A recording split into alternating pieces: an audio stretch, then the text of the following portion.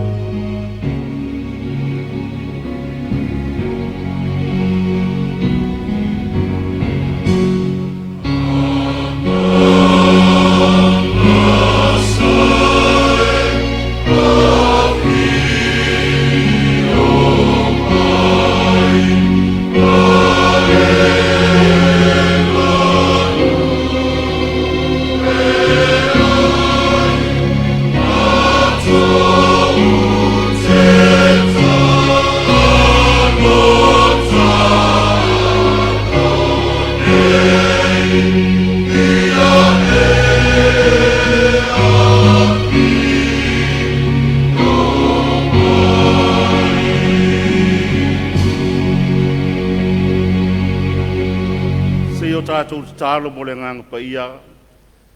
A nganga pa ia elo mātou fisoasoa ni sili. O le tonu ma le lei ai le tāpua inga wa whaia nei. O mātou mai wala awa fio mai. E te amai o le file mui o mātou loto. Mātou te mawhai o na whaia le nei tāpua inga. I le nganga ma le whamaoni lava. Ia i watu lo lava vi inga. Ai tu mau le whatau wa o le tangata ang sala. Yesu Keriso faolo mātou mai te tālo atu nei lava.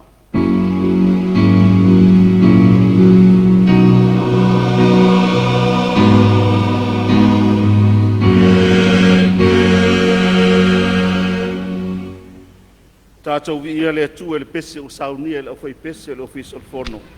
Suma le iwa le vi inga o le pese le kalesia metis.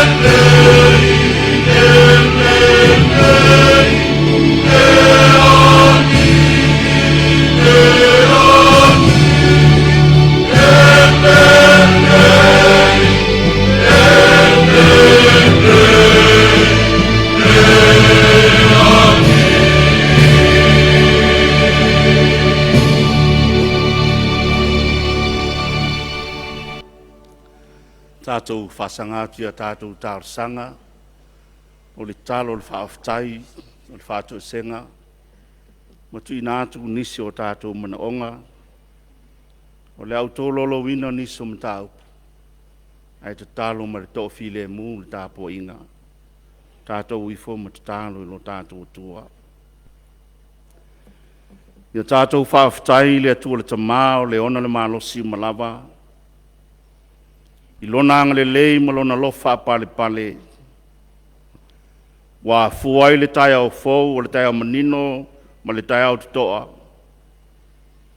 Ina wa tau nuu manuia le whamoe moe o lo tātou atunu u. E ala i lana sailinga ma le filifilinga, o i la tau wa fuai le nei sauninga le nei tai au.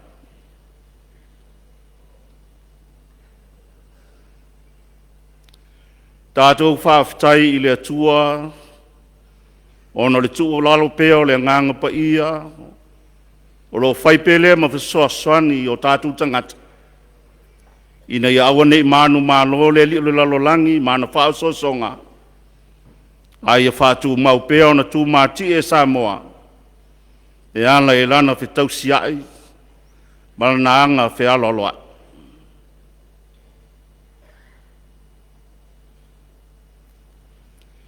Ia tātou whaaftai i le atua ono Samoa lo tātou tofi, o lena fo ina mai mo i tātou.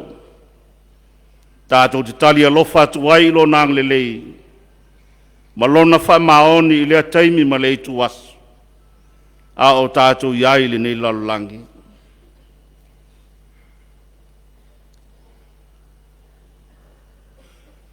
Ia tātou whaaftai whaatasi i le atua, ono o tātou uso mai whafu. E o loang le lei ma lo lofa mai. Ma visoa soani li tau watina ina o si o tātou malo.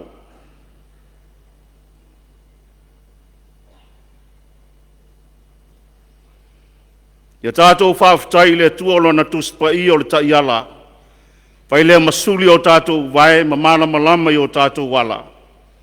E taita ina i tātou i le ala o le whaoletanga. Ai au lava le ala o le malaia ma le whaafanonga.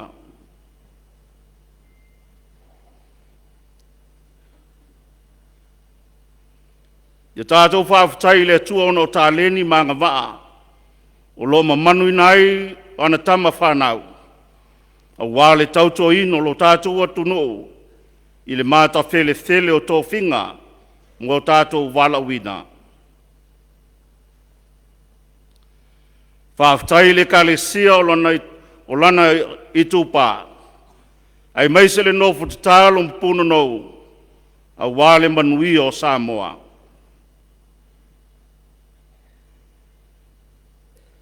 Ia ta talo le tangata lawaia. I ofo ina atu lana whaaftai i leli. O lona alofa ma lona whamaoni wa telena ua. Ia tātou whātou ese i le atua. Ono i tātou o se atunu e whāwai i le atua. A wa tele na tātou ese mai ala o leli. Tātou whātou ese i le atua. Ono o manino o tātou wa aila na tula whono. A wa tele na tātou solipala. Ono le whātino ino o tātou lava mana onga.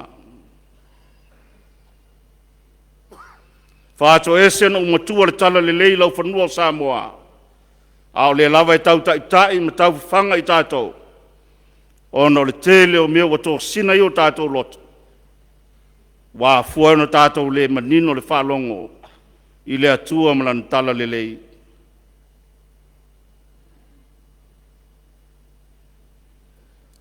Tātou whāto ese i le atua. Ina ia whamangalo lo tātou atunu. Whamangalo tātou taitai, taitai whanmalo, taitai whare kalesia, taitai o no, ai mai se lava o tātou ainga.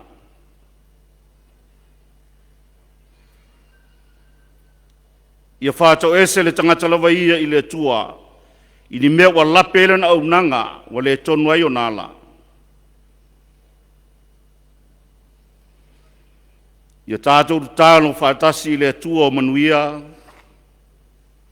Ina ia na whāmanuianga I lunga ia Samoa. Ai mai sei lātou nei wa tō fia mai filfilinga ai tumalo. Ina ia māta tāu la wa fio. Mālo lofa ia ta oe. E manuia ele taitaina o Samoa. Ia whamanuia I le ama manu lo tātou o tunuu ma le masiof. O le whono sui tō fia ma whalitua. Whamasino sili ma le whalitua. Ai maiso tūlanga tofi lo tātou malo. Tai nane le tāpo inga te tālo, tai tai o e kālesia. O lo nono manu mo le manui o lo tātou atunu. Ia tātou le tālo ina ia vele nei paia inga fōu, wa tātou o wai le nei as. O se suinga le leilea mo le amatanga, ma le ngā solonga mo le lumanai. Ina ia tapule la wo fio manuia, e tai ala inai o lātou wala. Ina ia lātou maua le no whalofani. Tau soa ila venga. Ma soa le pule. A wale manui o Samoa mo a tai au.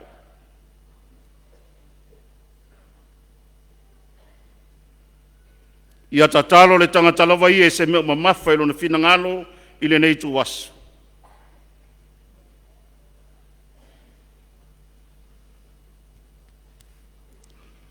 O mātou tatalo I wa folo sia le atua mamana. Whātasi ma le whanau na unga o mātou loto. A iai lava ni mea te sila fia e manui ai Samoa. Ta tala mai puna o whamanianga. Se teimi wheo mātou whalongolongo lo whetalai mai. Tā pena whale ngai lo watunu. Ai mai se la tau wa aunga iai le whamoe mo le nei asu. Ina ia ta pena le tino le mafau whau ma le nganga. E whai ei la tau ma o mea whinga aluenga. E tau tua si o mātou watunu. O nisi o te tālo mo whao na whale o ina. Whātasi ma le telo te tālo I le loto le tangata. Talia mai. E ala ia Jesu ke riso le li whaola. O lena o ia te mātou le te tālo. Lo mātou ta mai le langi. Ia pa ia lo suafa.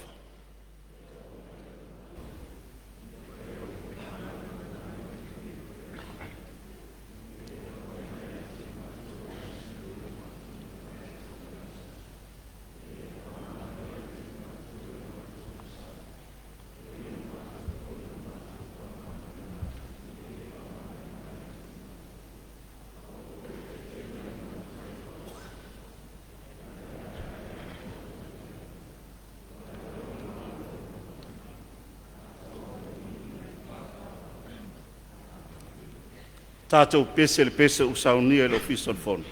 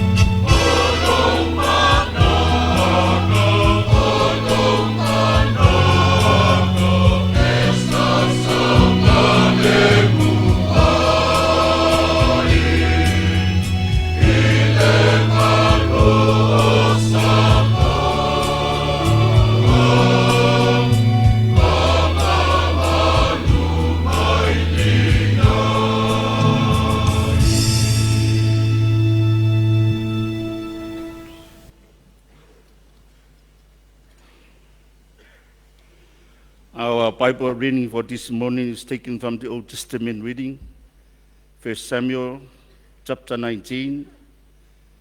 I shall read verse 1 until verse 7. I use a sermon version for our reading for this morning.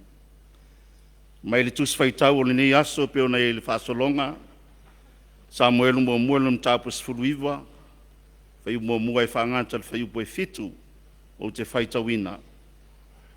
Ai ei foi sesi o e santus pa ia, tā ua foi le tātou o wai whātasi, o a fionga faitawina lo tātou tua. Ona whai ane leo saulo ia o nā tana lo nā talii, a tō foi maana au una uma, ia lātou whasioti a tā vita, au i o nā tana le a talii o saulo, sa tele lava lo nā lofa i a tā vita. Wa tau mai i o nā tana i a tā vita o whapea, o lo lama lama saulo lo tamā e whasioti a te oe o le nei, ia oe a te oe se i tai ao, mai e nofo i se me lilo e te lafi ai, awa, o te aluatu o te tū i tawhatafa o lo tamā, i le whanua e te iai, o te tautala fo i lo tamā i a te oe, o na i loa lea pe whapewhea, i lo tau atu i a te oe. Bo tautala le leo nā tana i a saulo lon tamā i a tā vita, o whai atu fo i a te ia.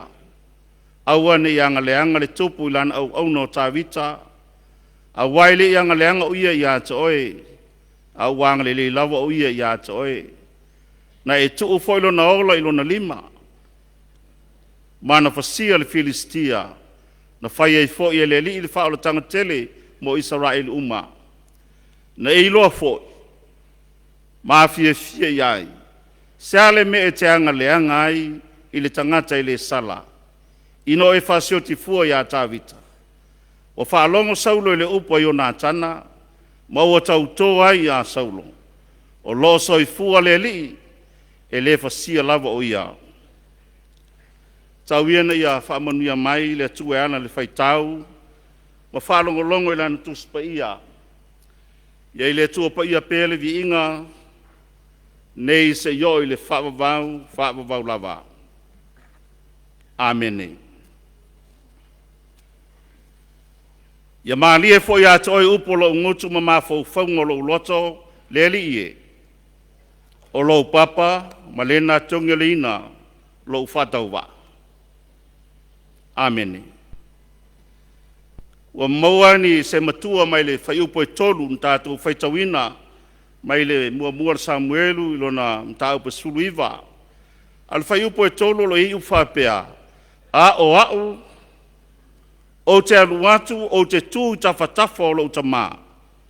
I le whanua e te iai. O te tautala fo i lo tamā i a te oe. I le whasolonga whaitau ngā tuspa ia, e kālesia kerisiano i le nei asu. O lo whape mai, tā vita mai o nā tana. Le asu sā, fo wale saulo i le tua. Manatu o nofu whale lea, manatu o tū, i o tō whinangalo ma wha moe moe. O ana nafi, tā vita ma koriata. Le whaingo o fie, o na whāto i lalo le tangata o le tua. Le saua ma le wha mawalunga o le tangata. Ai whāto i lalo le suafo o le li. Whai mai tā vita, e te sau i a te au ma le tau, ma le talitā, mai tū umo wata pena ai le tū taua. A o te latu i a te oe, i le suafa o le li o le atua Israelu, le atua o Samoa. Nā te whaato i laloina le whili. A le tai au nei, o tā vita ma i o nā tana. A tala nolo i a tā vita ma i o nā tana, wa tala noa le whainga wō. E iei moanga ngana wha Samoa, whapea, e wō whoa. E ana whoa le wō, e nai ese le mea te alofa i listangata. E ese le alofa, e te leo alofa i se whamaoni, a e te alofa i le tauwi, Peitai. E ana mau popo le mafutanga lea. Ata vita mayona tana. Na elese alofa fale tangata. Elese alofa fale wo. Ale alofa fale atua. O lo Tatalaina le upu eleni. O le agape. Means God's love. Le alofa nao le atua. Le na puna ifo. I le vao le auso nei. Le alofa le ngata na whaatino le osi ngā whenga inga. A le lava na whaatino. Ina o tatala e iona atana lona ofu tala loa. Ai fōwai a tāwita. Whai maile tustala. Wa le ngata na tatala a wato ese ma fōwai atu i a tāwita. Fōwai le pelu, fōwai le aufana, fōwai le ofutino, fōwai le fusi. Le alofa, e lena upu, a le alofa e whamaon. Le alofa na o le atua, le paiae o le paia inga, sifuru malevana. Le alofa na o le atua mana o mia, tau te whialo lofa iai, a wale ngā solonga o le nei paia inga. Le alofa lea na le, da savalia ai iona atana lon tama. Ina wailolon tama pe na tātou whaitawina nei. O lea wa lama saulo. Sa ili se ala e fasioti ai. Wa ile alofa iona atana ila na wo. Whai mai iona atana i a tāwita whaatali atu i. Ai se ualo e tū talane o lo tama. I tafa o lo tama. Mo tautala ia te ia. Ina ia whamangano ia te oe. O a upu ale.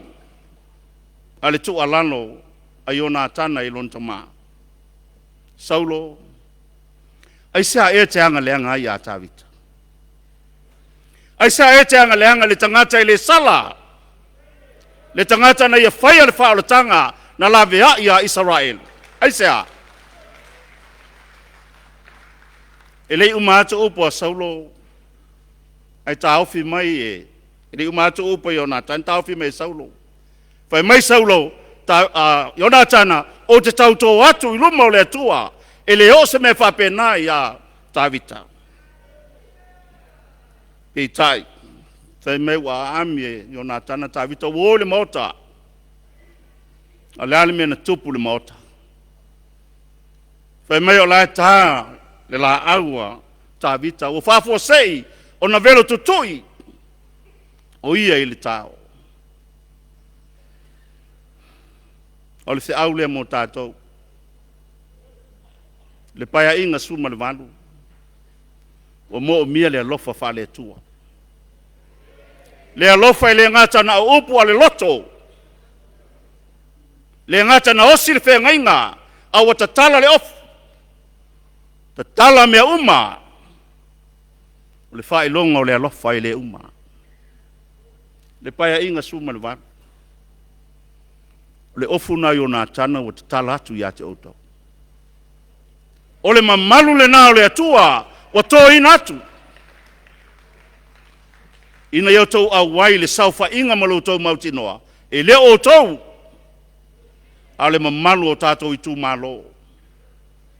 Le ofu tala lo wa tu ina atu ia tau tau.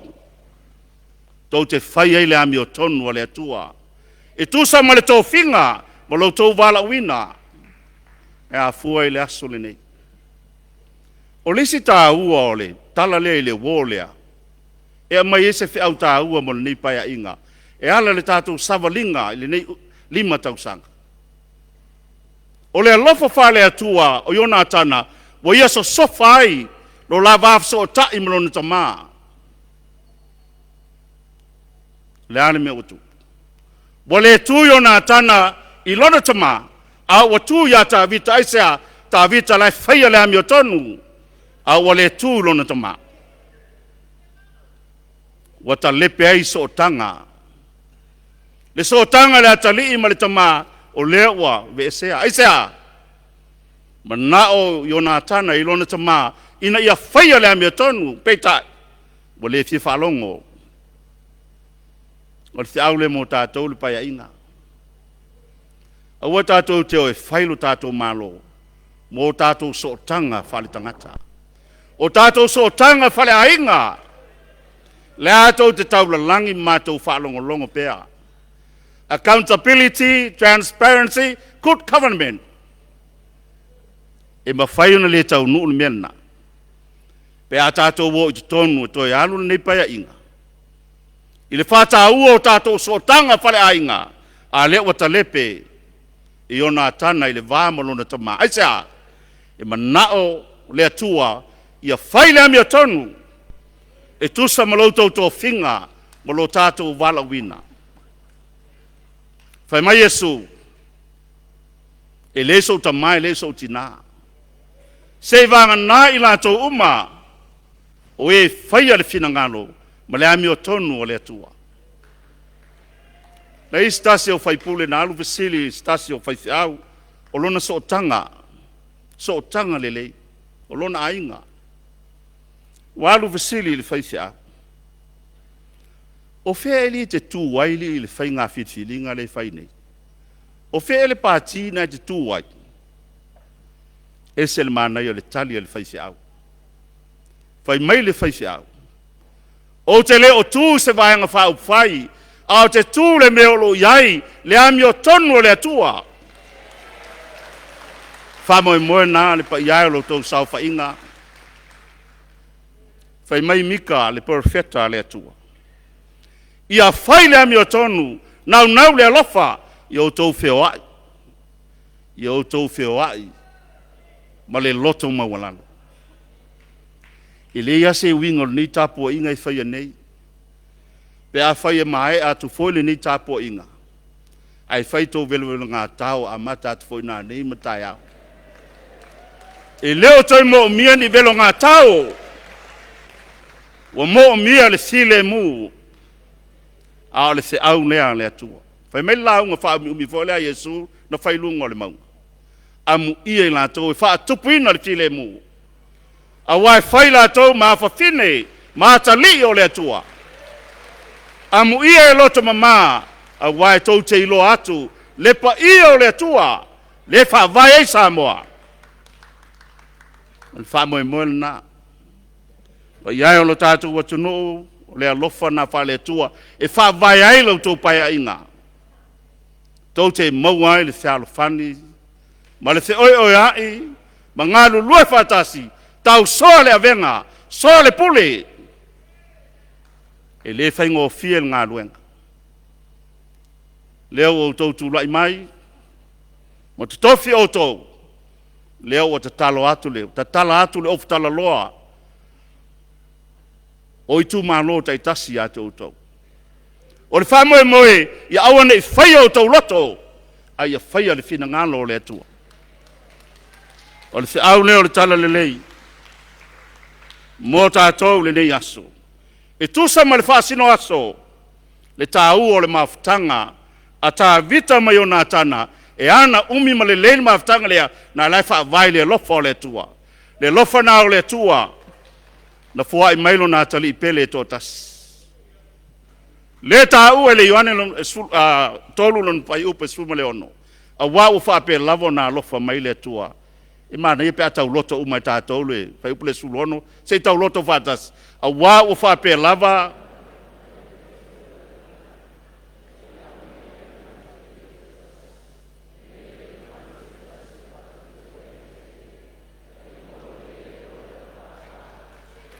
ia manuia lo tautou lai mai. Ia ngare leile atua ia tautou, i le suafo lo tātou wali. Amene. Tātou pese le pese u saunia lau fai pese.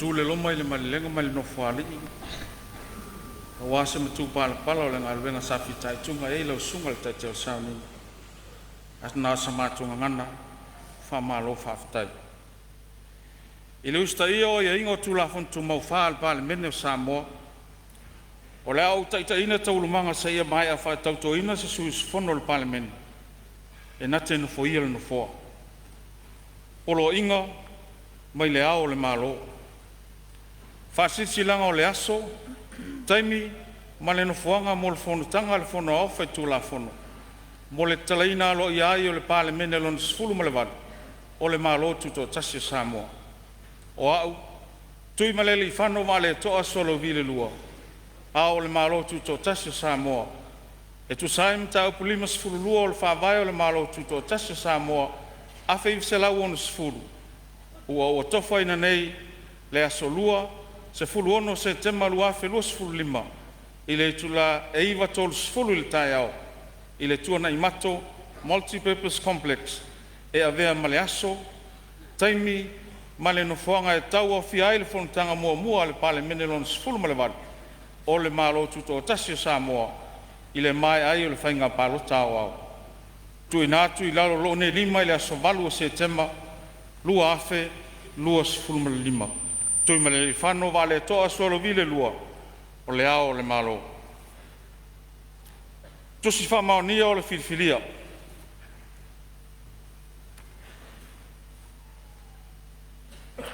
e tusai ma le vaega 5.5 puipui lua o le tulafono faiga palota lua afe 10 o a'u tui ma le lifano va le to'a solovi le lua ao le mālō Samoa o te fa'asilasila ma tuuina atu lene tuse fa'amaoni ai lē ua tā'ua i lalo e avea ma suisofono o le palemene o le mālō tutoʻatasi o Samoa tasi le atinu'u Wayne so i alo tuuina atu ma usainia i vailele lenei asfaraile 5 o Setema lua afe lua sefulu ma le lima.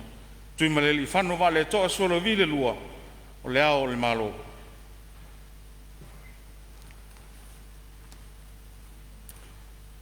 E tu sai mal vaianga walu sefulu wha pui pui lua le tula whono whainga palota lua afe sefulu ma le iwa. O au tui ma le li whanu wa le toa suolo vi le lua. Ao le malo Samoa o te whasirsila ma tui natu lene tu se wha maoni ai i la tau o tau ai lalo. E vea masui sifono le palemene o le malo tuto tasi o Samoa. Vai monga tasi, paunga te o matavui tala le lei paunga. Vai monga lua, le na tai vita whafoi tamapua. Vai monga tolu, tai oli iseu fiti ai masu. Vai monga wha, lima cream tuala o le lei. Whale atatasi, whaumuina o papo soanai o eti. Whale atatolu, le ale le pule rimoni ai afi. Whale atawha, ale, vena, ale. Sanganga tasi, lo au sole male malo ke ne te sio. Sanganga lua, fata Ryan Siusta. Sanganga tolu, sala paulo tuala poto. Sanganga wha, le fue pelenise le levanga. A ana alofi tasi, fesolai a pulu tusi upu tuinga mala. A ana alofi lua, ai ono Alec Ekeroma. A ana alofi tolu, anga seata tanu wasa vale lio tanu wasa peto. A ana alofi wha, a whamasanga leone mati wa ili masame. A inga ile tai, a wapa au mulipola a le tofua mulipola. Whale la tai masama tau, lupe matasila la vea ngalumalemana toanga ta. Le whanga mawhale ase la, masina lupe la tua vao makesi pisi. Sa whatatasi, seve tei fui mono. Sa whatalua, tuia pua fuatongi le toa. Si umu, whaalongo asuao, kapilele le lua, whaalongo. Whale alilitasi, toe lupe mau iau tele po mulinuku on semo. Whale alili lua, fui mono maiava tito asafo.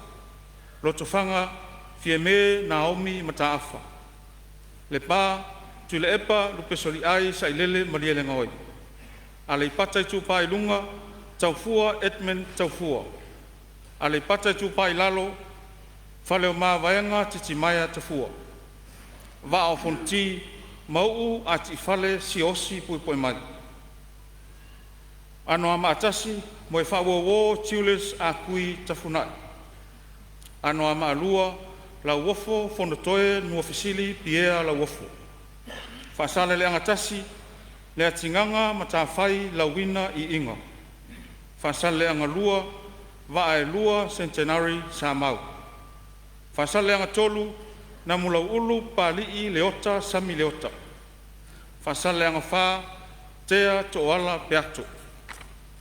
Whasale le angalima, vui i inga, sione i inga. Nganga e monga tasi, vao ao salumalo alofipo. Nganga e monga lua, se wa muli le tufunga fasi toma. Nganga e monga tasi, la vea Solomona Paulo. Nganga e monga lua, fo isala lilo tuu yoane. Nganga e monga tolu, la auli le mali toa po la te vao fosi. Paisi ngano tasi, a mi tuanai malolo tautofi Roma. Paisi ngano lua, motopua seve heni afereti pali. Fale alupo, a e au tima le vaiseta. Ala tawa sifo, taitu ave la faitele valoanga ta titi yona. Sa lenga tasi, ti la fono David Hunter. Sa lenga lua, le lua sangato karene. Palau li tasi, bulipola ana rosa ale morio. Palau li lua, fiu faalatane Bonifacio Vasa. Satu paitea, asiata tavui tafu salevao. Ma palau li tolu, aiolupotea, misa, toni aiolupo. Tui natu mausainia i vailele ni asfareile, lima setema. Luafe luasfulu lima, tui maleli whano vale toa suolo vile lua. O le ao o le malo. E tu sai mai e inga o tu la fon tu mau. O le whatatia i lungo le lau lawa whono le whasolonga suafo suis whono le palemene. e pei on tuina mai le tusi whamaunia o le whiwhiria.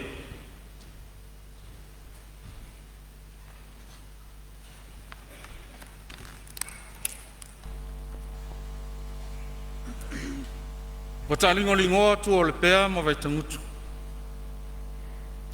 E pea le muaftalai le malangata po le taulo le tui atua. A wao leo o popo le mautanga. Le tau fisa maunga ma tolo tolo. E ui e mota tau aveti a whau. A e pa ia le malai o le whau tunga tangi e Samoa. Tulona la le malu ma le malai. Vai atu le suolau sunga le taitai o le Sauniga. O lea wa fio sui whiwhiria o le Palemene Lona XVIII ma le vada. O le malo tuto o tasi o Samoa. Tulona le tapua inga le au mamalu o le malo. A fio ngai sui le fono sui tofia. A fio lau fionga le whamsinsili ma le pa ia o le tutino o le whamsinonga. Pa ia inga malato tama. O le tama malona ainga. Leo songa tu mua mapule, itu au mala taua, ai ngai le tai ma le vaa o fonti.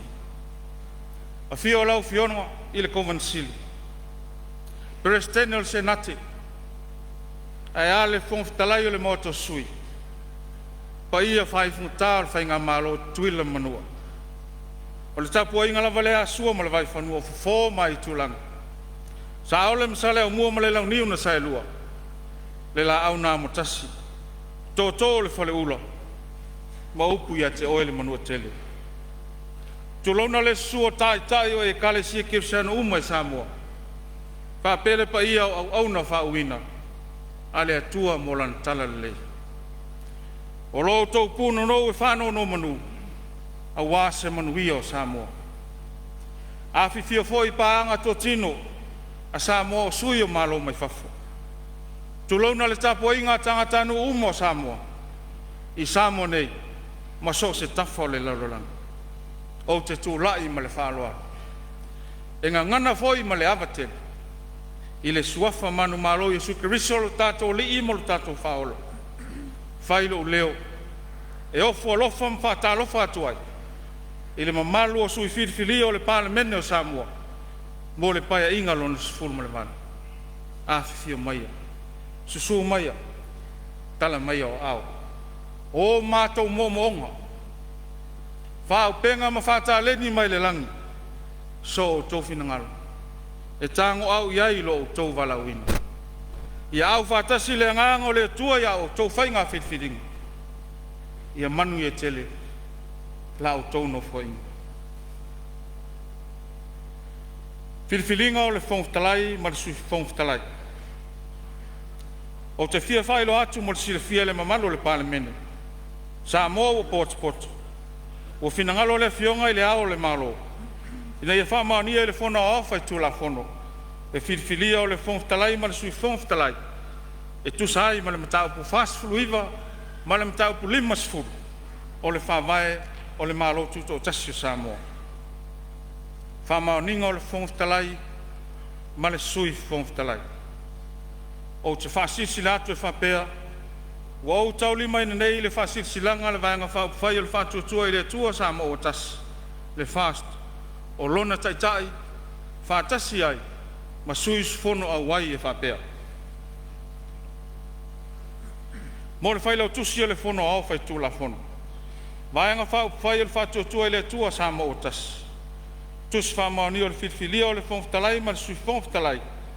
Mo le paia inga lona XVIII le Palemene o le malotu to tasi o Samoa. I le awa ma le whaaloalo, ma tu te tui nā tua i le malili enga au tasi le vanga whai le whatuatua i le tua Samoa o tasi. Wa mai asai nia suis fono e to tolu XVIII ma le tasi. Wa mafuli iai le to tele le whai numero le Palemene lona XVIII ma le vada. O le malotu to tasi o Samoa. E ma to te whiriwhiri ai to whinga nei, e whaamauni e tusa ma le mtau pu whasfulu iwa, ma le mtau pu limasfulu, o le tūla whono whaavai o le marotu to tasu Samoa.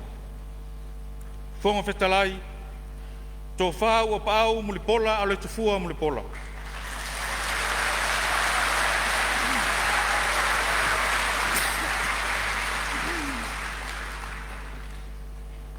sui fonga fitalai, a fionga a whamasanga leone mati wa ili masama.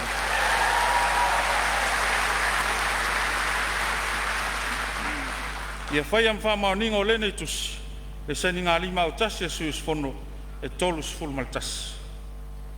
E mo le whasolonga, o le whamauni o le fonga fitalai, ma le sui fonga fitalai, o le au tō lau lauina, suafa o saini i le tusi, a le vaenga wha upwhai, e pei o na o lauina. Whamole mole, a tā uolo suafa, o na e tū lae e lea, e whamauni ai, le tusi ua tuina mai. La auli le mali toa pola te vau fosi, whaakitai. Mulpola,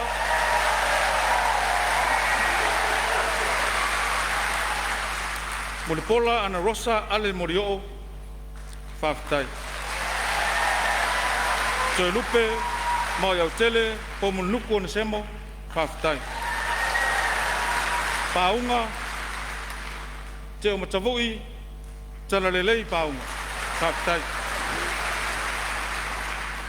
Ale, vena ale, whaakitai. Fata, Ryan Schuster, whaakitai. Sala Paulo Tualapoto, whaakitai. Fesolai a pulu tusi upu tuinga mala, whaakitai. Ai ono elek eke Roma, ai ono elek eke Roma, whaakitai. Anga seata tanu vasa vale lio tanu vasa peto whaakitai. Afa masanga leone mati wa ili masame whaakitai. Au paau mulipola le tafua mulipola whaakitai. Masina lupe le atua vao makesi pisi whaakitai. Seve tei fuimono whaakitai. Fuimono maiava tito asafo whaakitai. Taufua, Edmund Taufua, whaakitai. Moe whaua wō, Tulis, a kui, tawhanai, whaakitai. Lea tinganga ma tā whai la wina I inga, whaakitai. Tea to ala peato, whaakitai.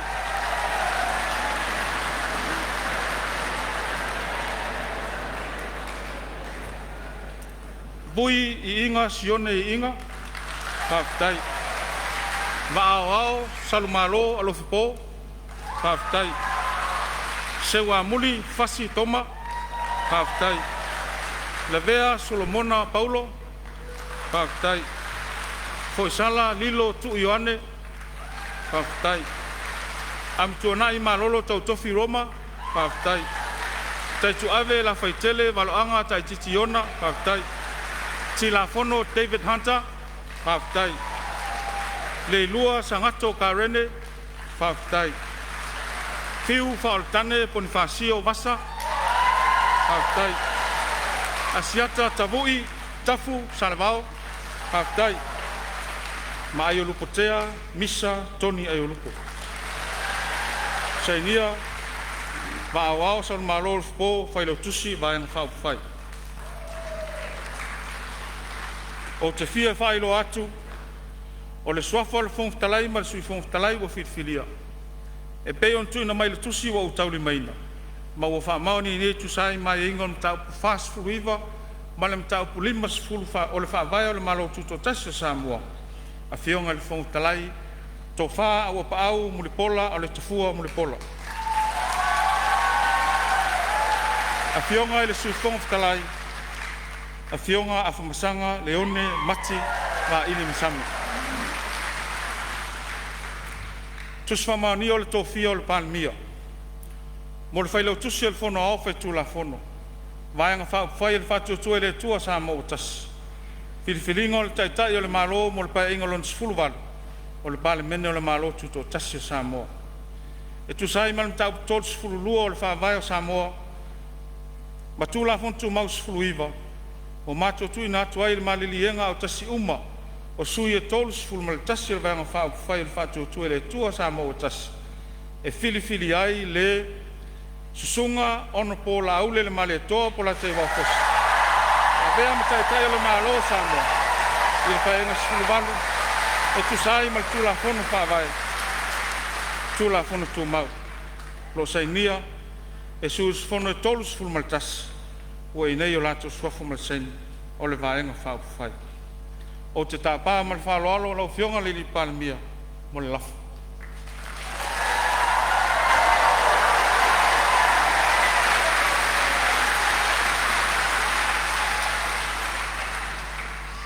O te tūlai I le ava ma le whaalo le tele I lau fionga le whai lau tusi o le whona o whai tū la whono e whātū le lako e whapea.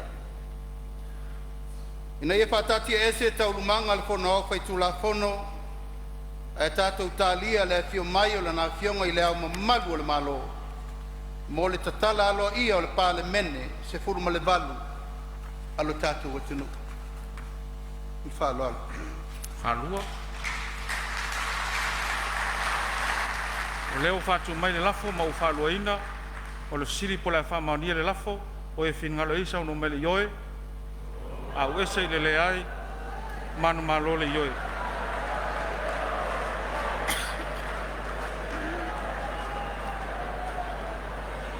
O te whasisi latu o whatatia se nei taulumanga le fono ofa I tu la fono mo le talia o le fio mai o le fionga I le au mamalu o le malo.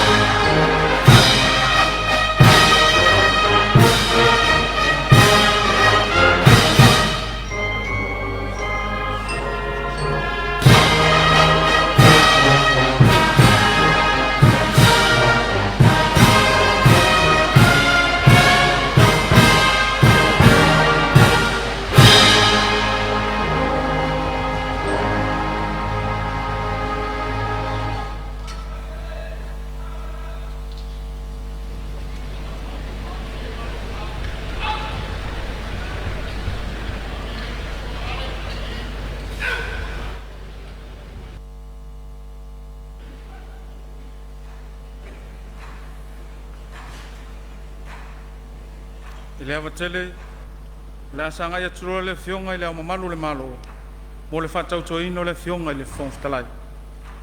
O te tāpā ma le whaalolo le fionga le whonftalai na ia tūlai mai. O te tālsanga ina fo i le suisfono mo le tūmalo paloto sanga ngatolu, ma le suisfono le tūmalo paloto palau li lua. Ina ia ouro whawheo mai le whonftalai le laulau ilu manei, mo le whaia o lantau tonga le loto whamaoni, i lumo lana fionga i le au mamalu le malo.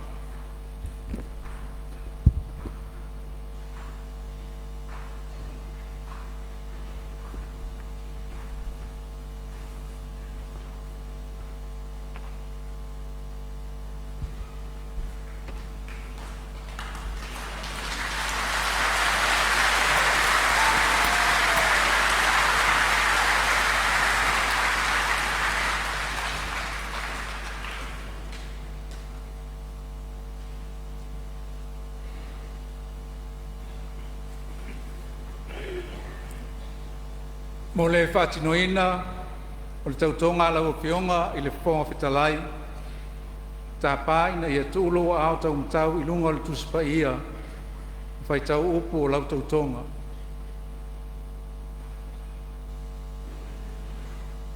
O te tautō i le atua e ona le manosi u malava, o au au a pāu muripola alo i tafua muripola, o te tautō i le atua e ona le malosi u malava, o le au whamaoni ma tau aveina tonu le lotonu whamaoni, i le malo tu tōtasi o Samoa. Ma o le au whataunuina, ma le tatau ai, ma le whamaoni, o utiute e ave ai o se sui sufono, ma fufonga whetalai o le Palemene o Samoa. Ia whesoa soani mai, le atua ia te au.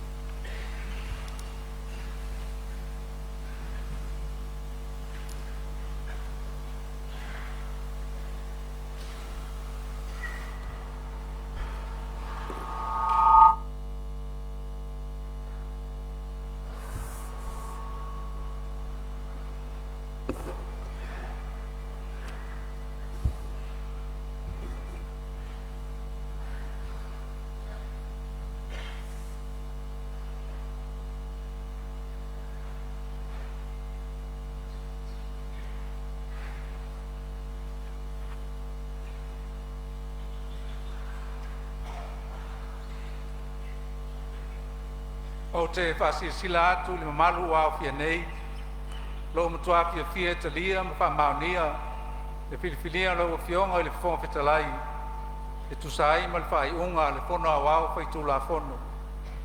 O te whamalu atu mo lo tō fia i le tofi o le whonga whetalai, o le whai longa waia lea, o le talitunuina oe e le whono au whai tūla whono, i lo tō mai, ma lo le whai tū au. Loa fionga i le ao le malo, i le loto mau lalo lava, o te tuina atu ai se whawhitai lo finangalo, wa whaamani ai lo filfilia, e pei ona whaia le whono au whai tūla whono.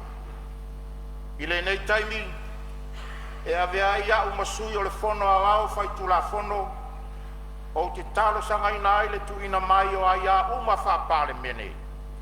Ai mai se o le saurotonga o fe lafo a inga, ma le avanoa tu sao i laua fionga, i so se taimi e manao mi ai.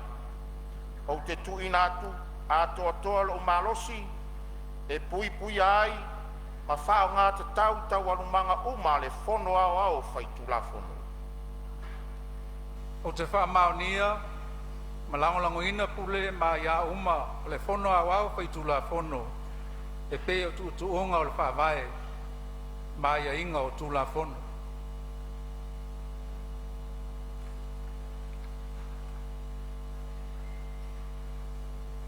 O te tuina atu le amano tu sao, mai o le whono awau whai tūla whono i a te au.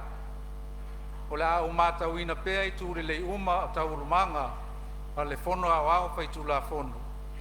Ia whasoso ne atu le atua i laua whionga le whonga whetalai, ma sui usufono mamalu o le palemene.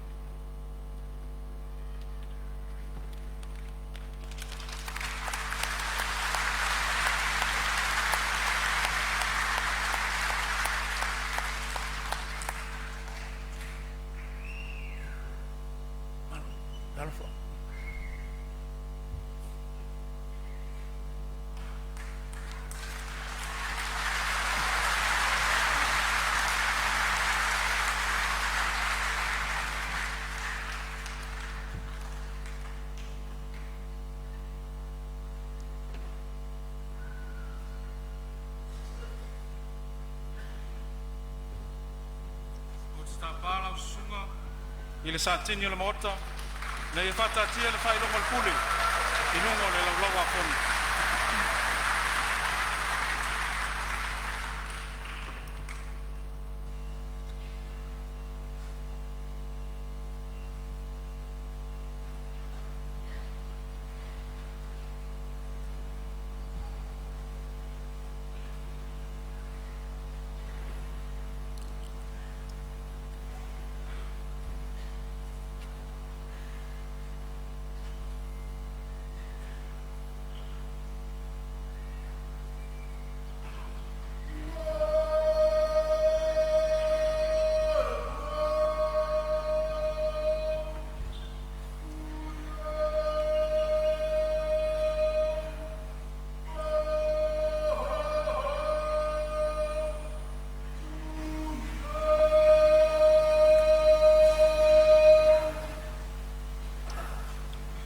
Tai.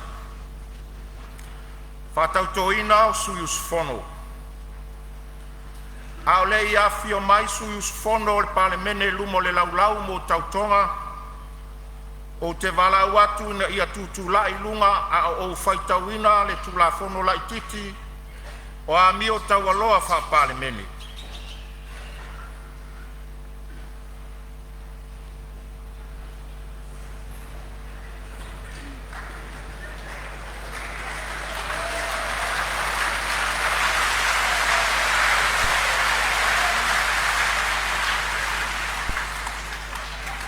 Tula fono lai titi o a mio taualoa wha Palemene. Wha matalanga o wha moemoenga. O le matawhai o i patino a suis fono uma o le Palemene. O le tau sisia leo tulanga o pito sili o na maualunga. O winga taualoa. E pui puia ma whatu mawina ile mamalu o le Palemene. Ma whai ai tau ma whainga uma e whatu mawina ia inga au tu o le whawai.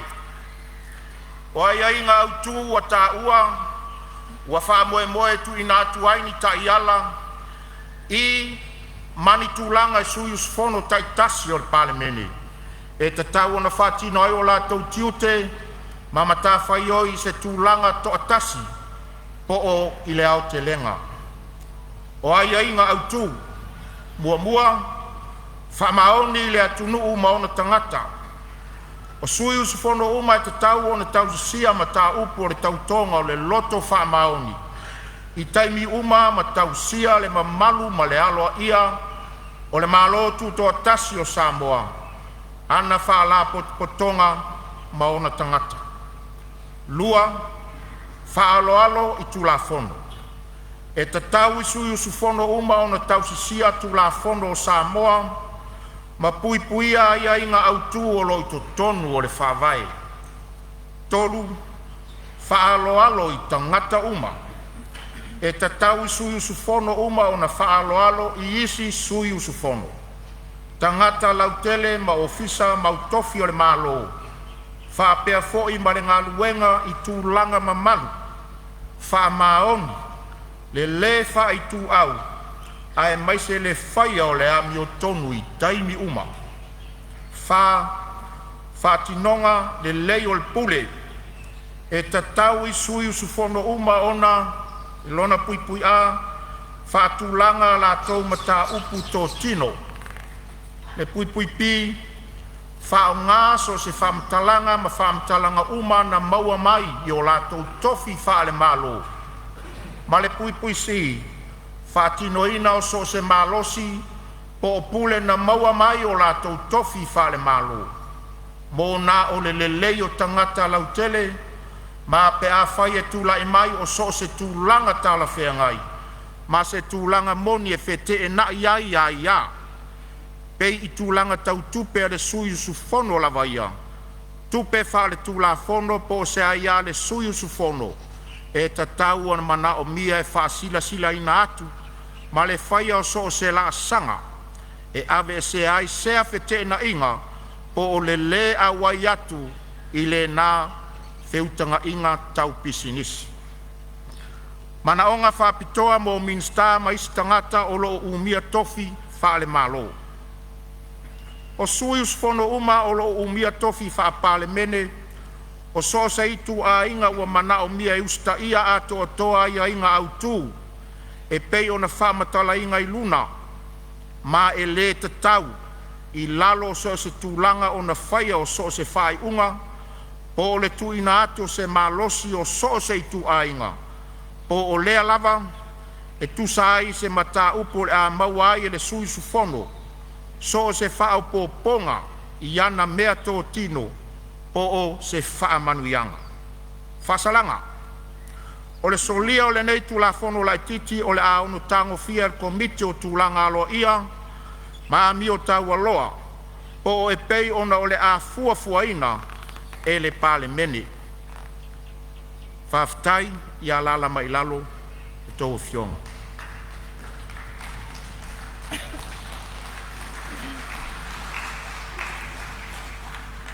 O le a whanga solo le whatino ina o tautonga a fionga I sui mamalu filifilia. E mo le whatino ina o tautonga o te wala au atu le mamalu o sui sfono, ina I a fifio mai le laulau I luma nei. E tai toa ono e a mata atu I loo I tū tau matau, ma whanga solo ai se ia mai a sui sfono. A fifio mai a.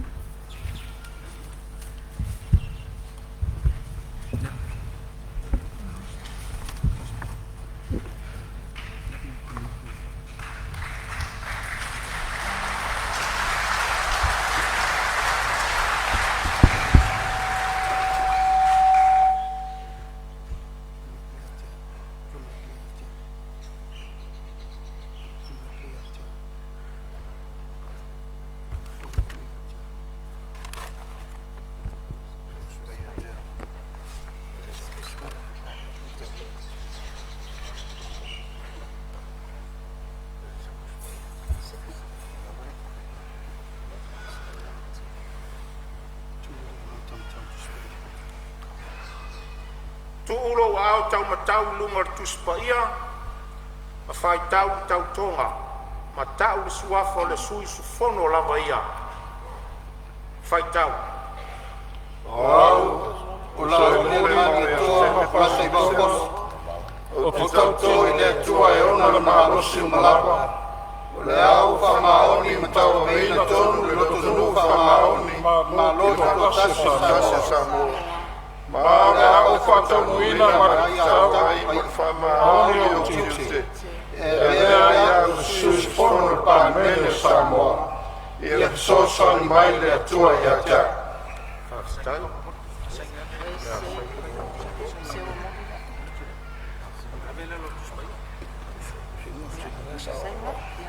Ao sainia tau toha au tua fionga ia o tau au atu o le fisor fono, fionga pa ia le tortus pa ia ta pai tau wai.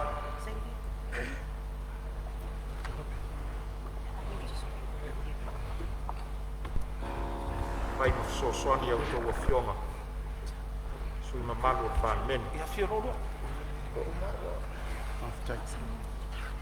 Ja, ken. Sala. Push pai.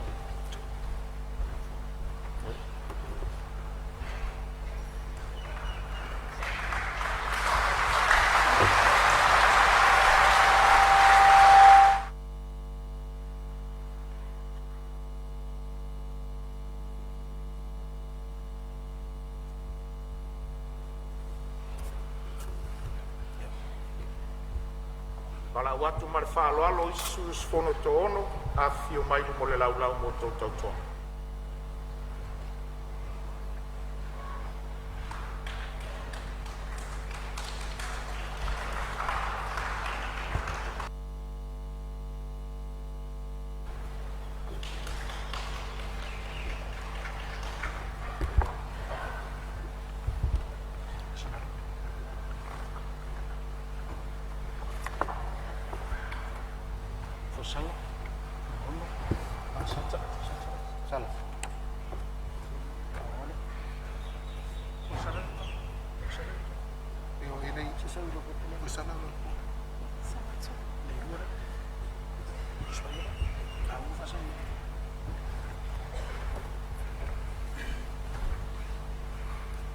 Tuulo au tau matau lunga tuspaia, a fai tau le tau tonga matau le suafo le suyu su fono lava ia.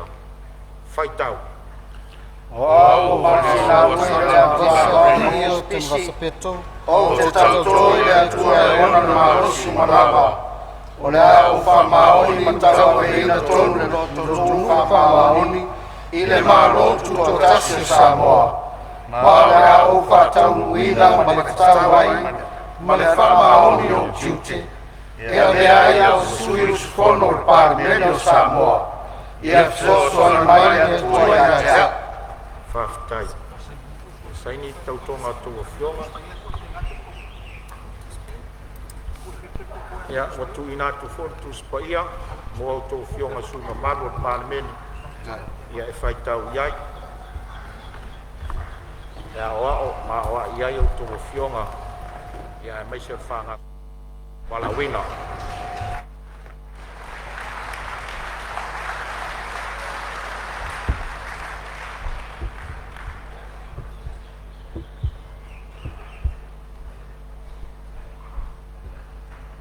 Te wala watu mare whaaloalo isi sui sfono to ono a fio mai le laulau mo tau tautonga.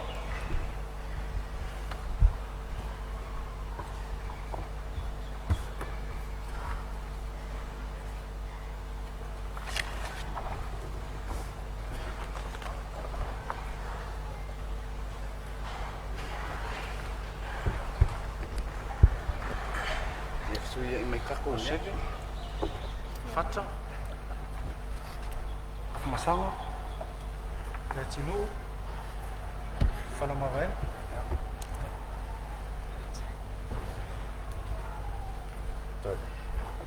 Tu lo ao i lunga tuspaia lo ao tau matau lunga tuspaia mawhai tau tautonga ma tau mai le suafo le sui su fono lava ia. Whai tau. Wow, fata o tau te tautua i le tua e ona i mahosi manapa Wea ona maoni o tau te i tonu whamaoni mahotu tasi Samoa Ma wea whautuna i tau wai whamaoni o tiute E mea ia o sui fonu a menu Samoa Ia sosai mai le tua e a Whaftai. Saini mai o tau ao le tautonga. Tu ina tu fortu spaia i au tau fionga suni manu Palemene.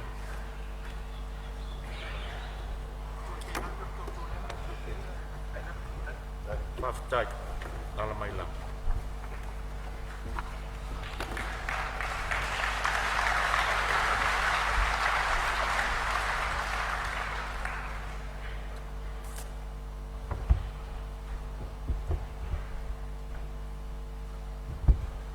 Pala watu mare whaaloalo isi sui sfono e to ono i a fio mai le laulau mo le tau tautonga.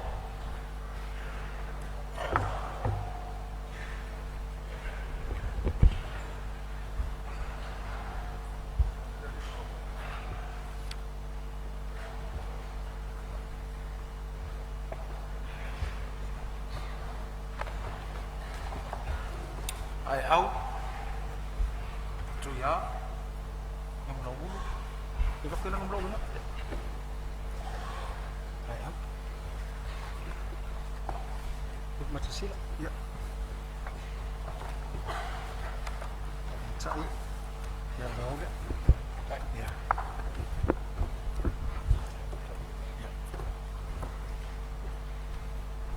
Tuulo ao tau matau lunga tuspaia, a whai tau tautonga, matau le suafo le suyu su fono lava ia. Whai tau ro.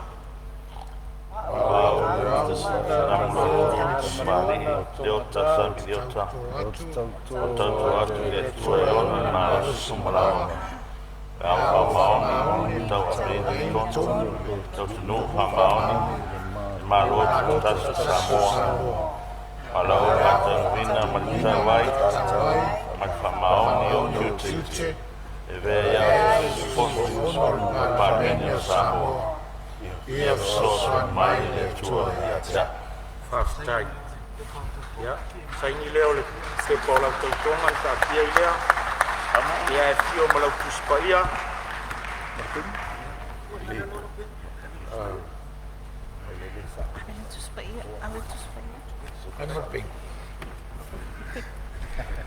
Faftai.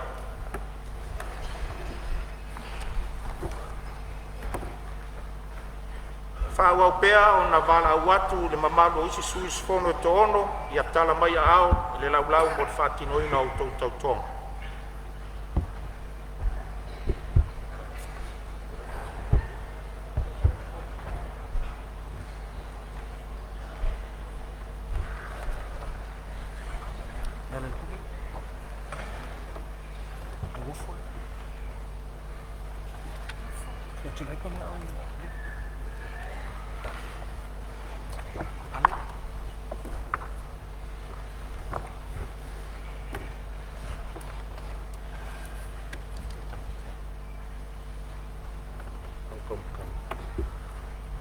Tūlo au tamatau lunga tuspaia, ma whaitau tautonga ma tau sua forsus fono la vaia. Whaitau roa. Oh, yala le pone rifoni a yafi. O tau tino le tua e ona marosi malapa. E au whamaoni me tau tua. Ina, tonu, le te nuu whamaoni, marotu to tasi Samoa. Ala au wha, tau nuina, ma te tau. Ai ma whamaoni o tuti. E ai o sus fono Parliamentary Samoa. So sang mai le tua ia ta. Tai, ia, saini lo ao le vaenga o lo iai le saini, sus fono, ia, ma fio malau tuspaia. Whaitau e tele ai ni whamangalonga bono mana.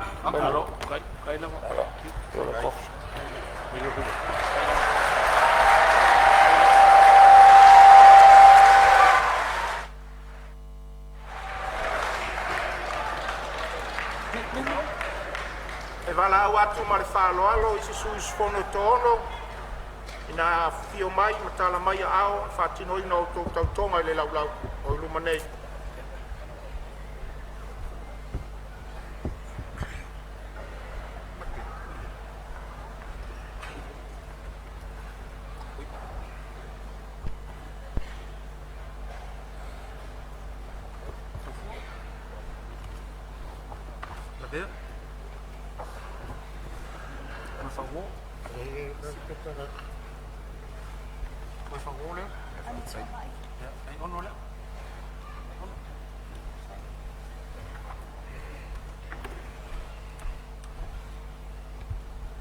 Tūlo au tau matau lunga tuspaia, whaitau lau tau tonga.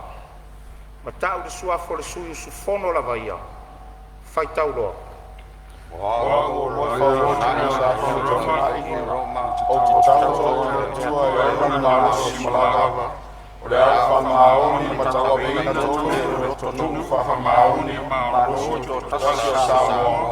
Ma ora au whataluina ma le tutawai ma le whamaoni o titi.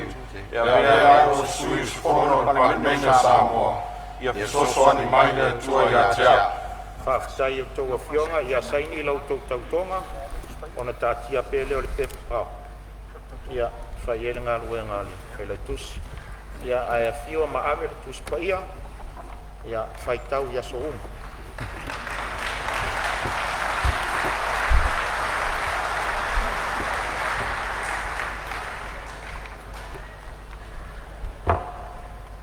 Wala au whaaloalo atu i se suis fono te ono, tala mai o au, le laulau nei, mo le whaatinoina o tau tautonga.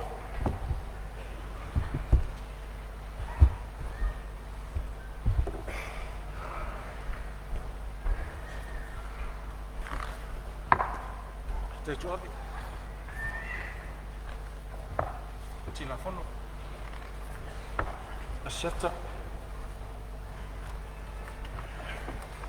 Europeia. Sana Paula.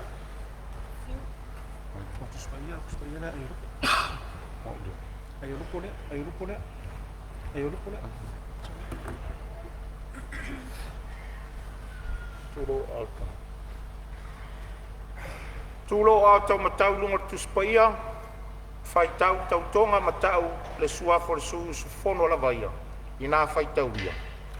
Wao taitata sa vasa iona tatino le tua iona malusi malava le fa maoni tawa veina tonu le loto nu fa maoni ma lotu totasi Samoa ma fa tatuina ma tawai ma fa maoni o kute e sus fono Parliamentary Samoa ia soso mai le tua ia ja Faftai ia.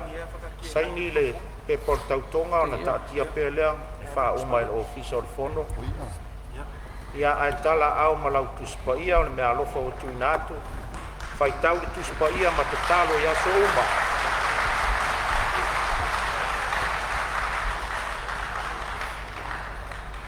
Fa wau pea o na wala au atu paia so yusu fono e tohono. Na ia tala mai au fa tinoina lau tautonga.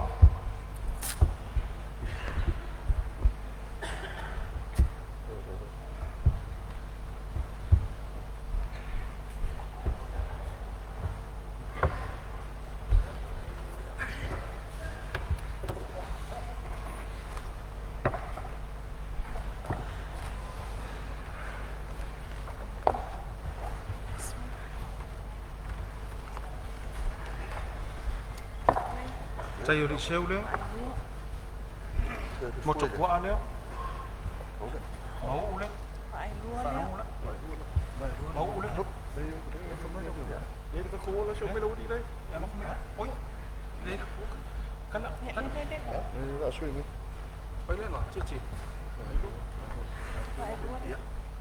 Oi lah. Rimam apa itu? Iya, oi. Tai ori. Ya, lelo sa tu. Pemina lah lihat, pemina apa pula sah? Iya.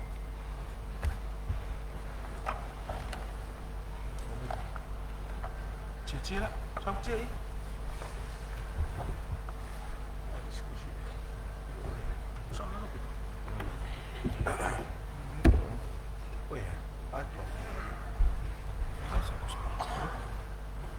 Tuulo au tau matau lunga tuspaia, mawhai tau le tau tonga, ma tau suafa le suyu su fono la vaia.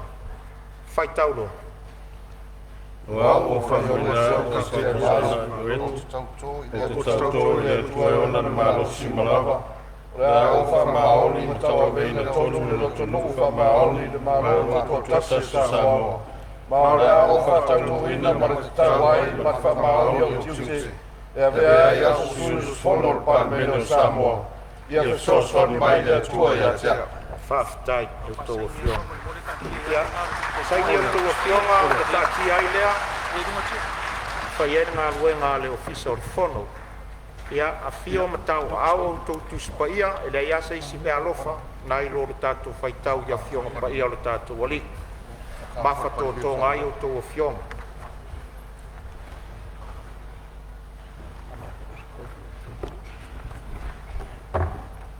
O te wala au whaloalo atu i suis fono lo tutoe o le tātou Palemene a whio mai ia mo le wha tautoina o rua whionga.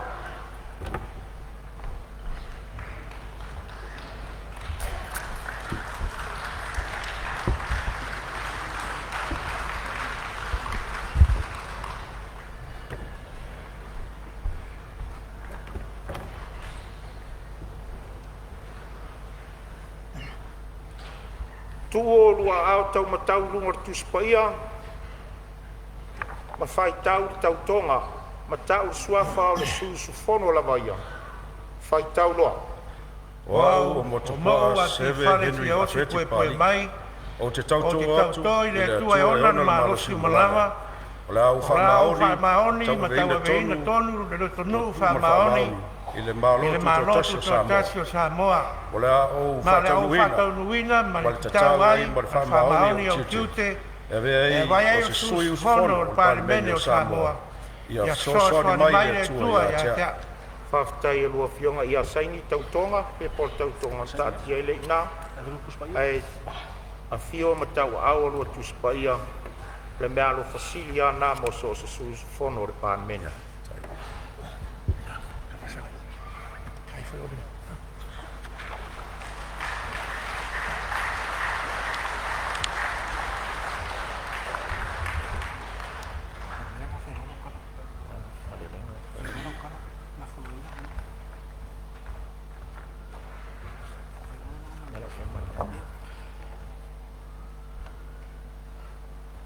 Malelenga mai le nofo ali.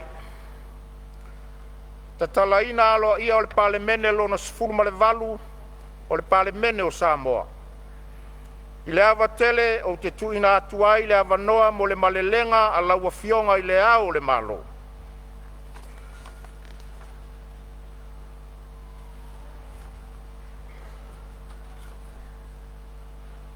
Patano fatu i lau sunga le taitahi o Sauniga. Lau sunga Reverend Panapa Fatato. Au tō fionga i sui o le fono o sui tō fia. Lau fionga i le li Palemia ma le kapineta. Pāpea minsta langolango. Lau fionga i le fonga fetalai na sui me malu uma o le fono au au fai tula fono. Lau fionga i le pāmasinusili ma le basenga o le pāmasinonga.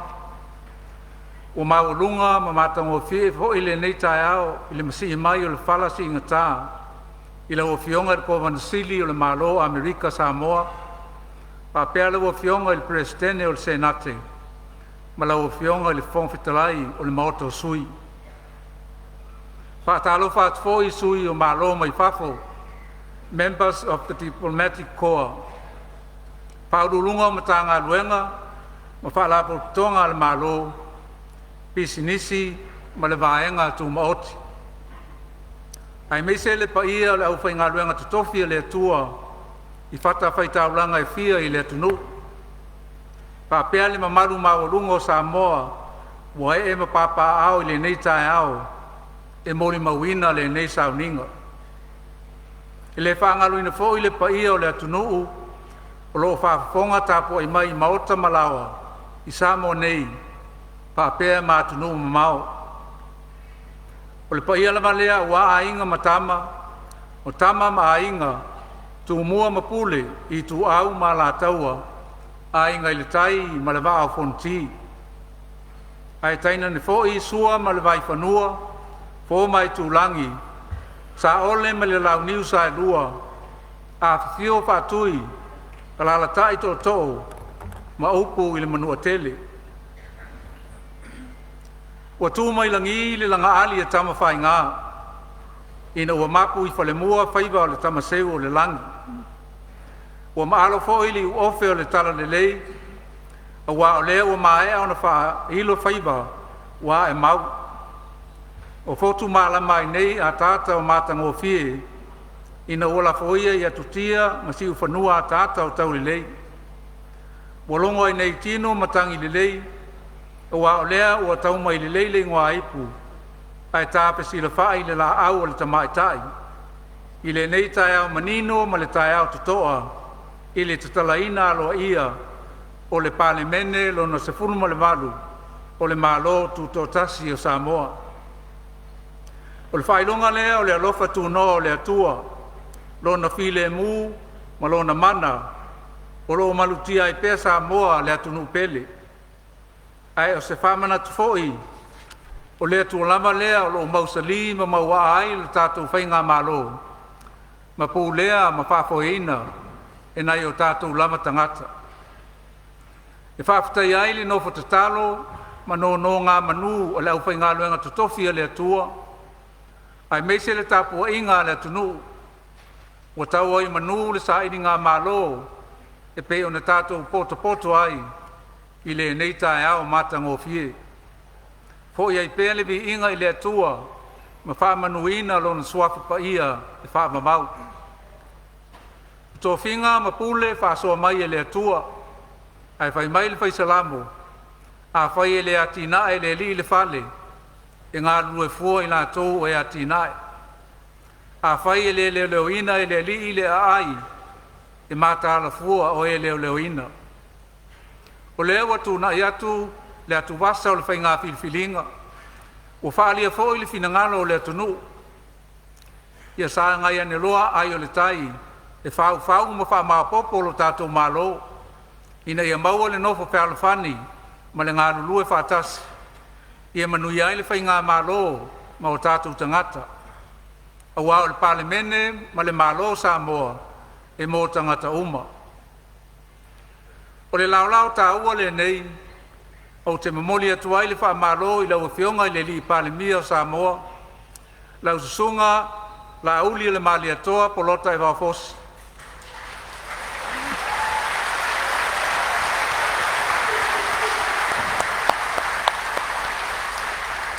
Tu sai mo lo tula i mai, e tai le sao Samoa i le 5 tausanga o le paia inga lona se fulu mo le valu le nei al Palemene. E le tau mate, o le ama mafa le avenga o le awhea ngai ma lau whionga. Ai wha mo e pea i le mana o le anganga pa ia, na te tauto lua ina lo whafo e ina o le malo Samoa. A wase ai mo le atunuu ma lana tapu inga. Pa mai le wha malo si au al perfeta o Mika, sole, o whaali atu e le atua i a te oe le mele lei. Se a fo i se mea fina ngalo ai le li i a te oe. Pe a le oia mea, ia whaile a meo tonu, ia nau le alofa, ma ia wheo ai ma lo tua, ma le loto wha maulalo. Ia wha manu ia tele le atua i lo wala wina, e a vea ma Palemia o le malotu to tasi o Samoa.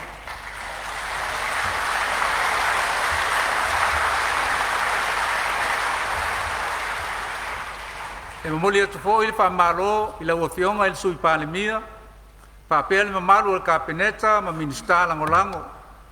I le filifilia o autoa whionga i nei tofinga tā ua ala tātou malo. Ia taitaina i le manuia ma le file mua le atua lo autou wala awina. O wase manuia o Samoa.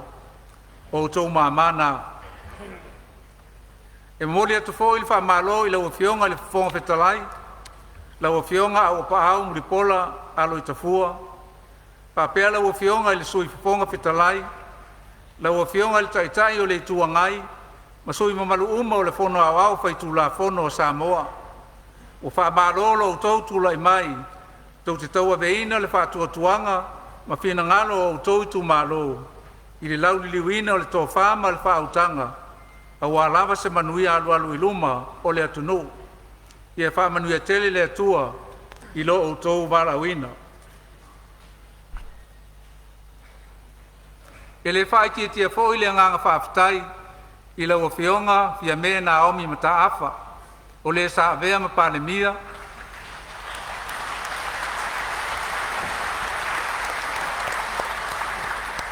Pa pea le kapeneta, le whaponga fetalai, le taitai o le tuangai, ma sui mamalu uma o le paia inga lona sfulu ma le fitu, o le Palemene, ua mawai atu nei.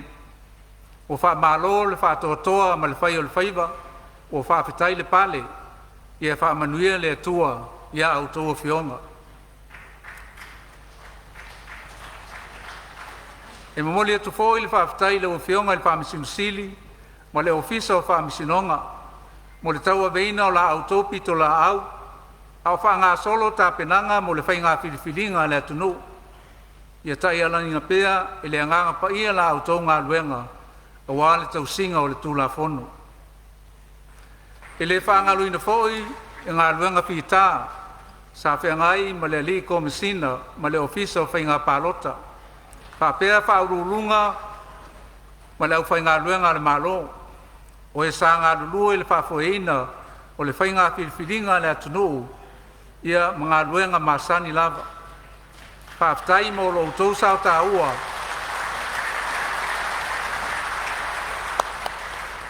Ma ia whamanuia le atua i la au tau au nanga i le tātou malo ma le atunu. E muliai le whaaftai ma le whamalo i le mamalu lautele o le atunu i le au tau lava papale ma le langolongo sua. Ua whae uina ai ma le file mu le whai ngā filifilinga i le neitau sanga. O lo tau leo, ua whausia ai nei le Palemene Lona XVIII Parliament o le tātou malo tuto tasi. O le tatalo, ia maua pea Samoa le nofa file mu ma whaamanuianga mai le tua. Le mamalua o le Palemene, o poe masania i le tunuu, o le tele o lima e mamai se venga, o le tele fo i sulu e mauaifi i ngota lelei. O nei fo i tau, i le ngata i na whaasinoala i ngā luenga masani, o le tātou soifuanga. Ai o tala whengai fo i, ma le mamafa o tiute ma matafa i oi, o le awhengai ma autoa fionga i le tau aveina o le Palemene o Samoa. O le ewa tu ina atu le whae moenga o la autou, o le autou taitaia le malo Samoa i le alofa ma le loto ngā testasi. A wālawa se manuia mo a fioanga mai tu malo, pa pe foi tangata no uma o Samoa. O le tatalo, ia sanga whaafulu mai le langi le tō wha ma le whautanga, e tai ala inai pe tu na inga o muniao i upawhai o malo, ma pe lafo inga i le Palemene. Ia o tō whaalangolango, whaatuatua ma whaamoemoe, i le taita inga mamana le atua silsili ese, le atua le tamaa, le alo ma le nganga paia, o loo whaamai ai le tātou malo tūtou tasi. Ia whaamanuia o tō i le lii, ma ia tausi ia te o tō, ia whaamalamla maina le lii on fufonga i lunga ia te o tō, ma alo whaatu ia te o tō. Ia whaasanga mai le lii on fufonga ia te o tō, ma tu ina atu ia te o tō luna file mu. Ia whaamanuia tele le atua i le paia, ma le mamalu o pota mai le neitai au, whaapea sa moa au au. I le whaalolo tele, o te whaasila atuai, o Tatalaina Aloaia nei le Palemene Lona XVIII ma le walu, o le malotu tō tasi o Samoa.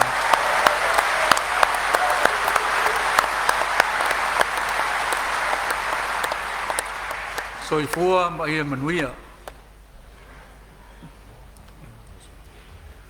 We give thanks to Almighty God for His grace and mercy that have carried our nation safely through the recent general elections. As we assemble today to witness this momentous occasion, the official opening of the 18th Parliament of the Independent State of Samoa, we acknowledge that all authority comes from God, and without His blessing, our work is in vain. As the psalmist declares, unless the Lord builds the house, the builders labor in vain. The campaign season is now behind us, and our people have spoken through the results of our general elections.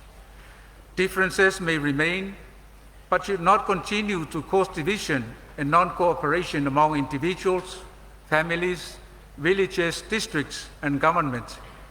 It is time to heal wounds, forgive, reconcile, and march forward and serve together in the spirit of unity, because the Parliament and the government of Samoa belongs to the nation, to all citizens of our country, young and old, rich and poor, and all of us.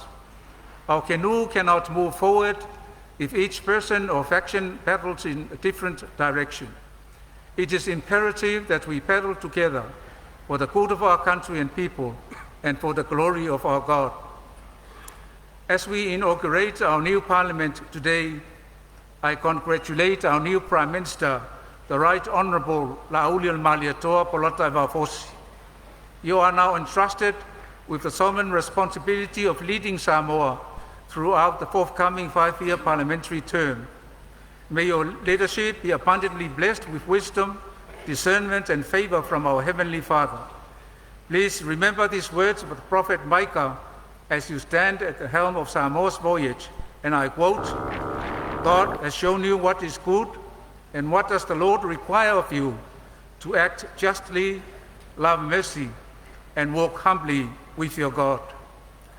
I extend congratulations to the Honourable Deputy Prime Minister, members of Cabinet, and Associate Ministers on your appointments to these vital offices within the government. May the Holy Spirit provide you with guidance and strength to carry out the work entrusted to you. I take this opportunity to congratulate the Speaker, Honourable Awapa'au Multipurpose Aloaia, for your distinguished role to preside over the Legislative Assembly of Samoa. I acknowledge the Deputy Speaker, the Leader of the Opposition, and all members of the Legislative Assembly. Your respective roles in representing your constituencies is of profound importance, and may your collective wisdom and deliberations advance our nation in the pursuit of progress and stability. I also acknowledge the former Prime Minister, Honourable Fiamena Naomi Mataafa, Cabinet Ministers, and all parliamentarians who served our government in the 17th Parliament. Thank you for your leadership and service for Samoa.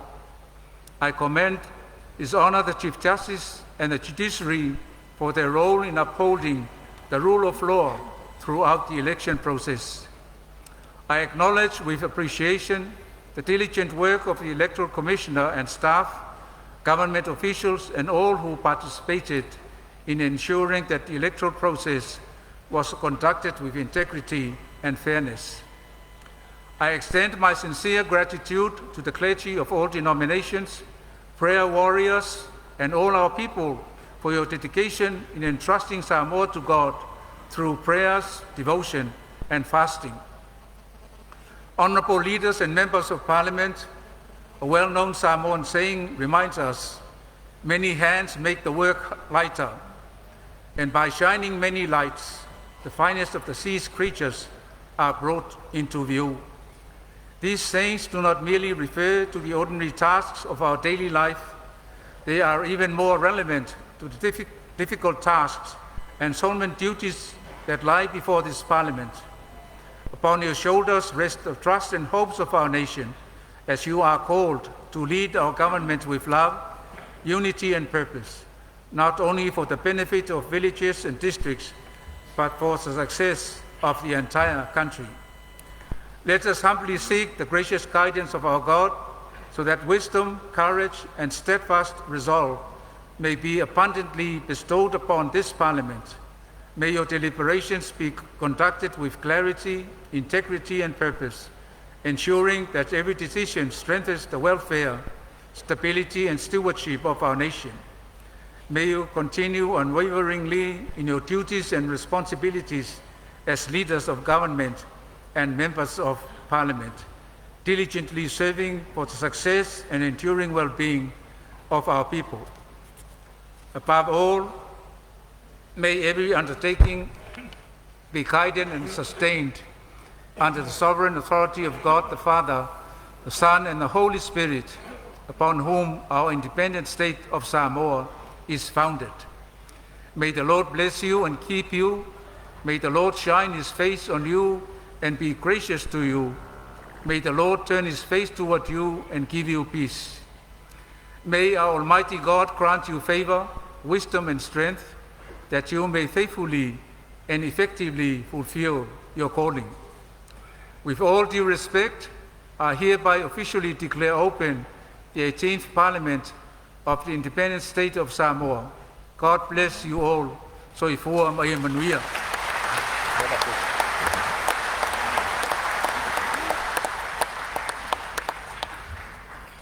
E mamori te le atu le whaftai la wafionga i le ao le malo, e tusa o le malelenga matanga o fie. Lafo o le palemia. O te tapa ma le whaloalo la wafionga le palemia mo le lafo. La wafionga le fong fitalai, wapea le afifio le fionga i le au mamalu o le malo, o te tula i atu e whatu le lafo. Ina e whatatia le malelenga me no whaali'i i le laulaua whono le Palemene. Whaalua e re sui mai whare aliritasi i a whapea foi pe palauritasi. O le fisili, po le a whamaunia le lafo o e finangalo i aisa uno ma le ioe. Au ese le le ai, ua manu malo le ioe.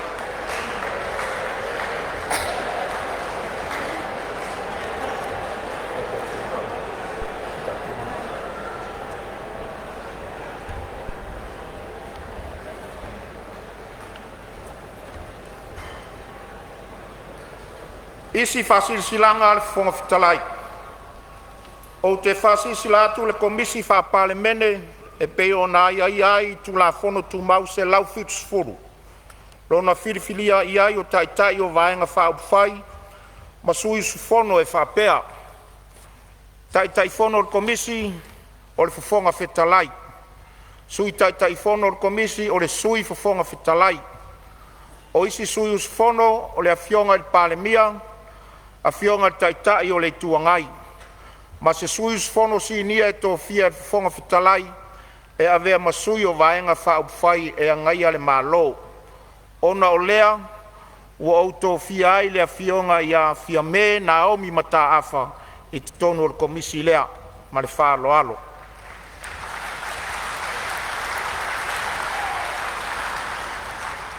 Ma le au sui ai le whanotanga mua le komisi wha Palemene le astofi, se fulu ma le valu o se tema lua afe, lua se fulu ma le lima i le itulai se fulu le tae au.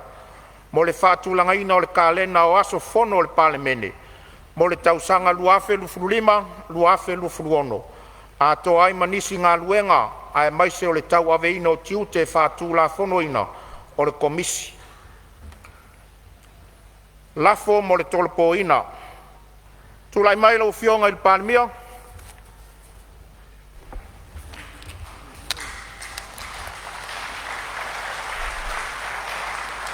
Lau fionga il fonga fitalai o te tula i atu e whaatu le lafo. Ina ia tolo po ina nei tau lumanga le fono au whai tula fono. Se ia iai saso.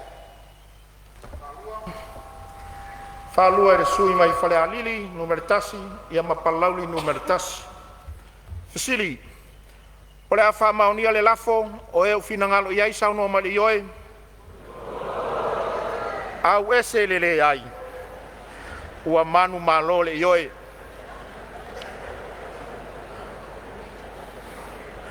A o lei tolpo ina tau le manga le fono au fai tu la fono, e tu sa le lafo o wha maunia, o te taro sanga atu.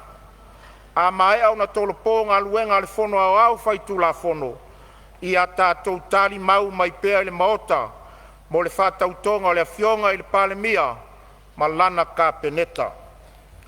O te whasiri sila atu a tolpo nei tau le manga le fono au fai tu la fono, se ia se asu.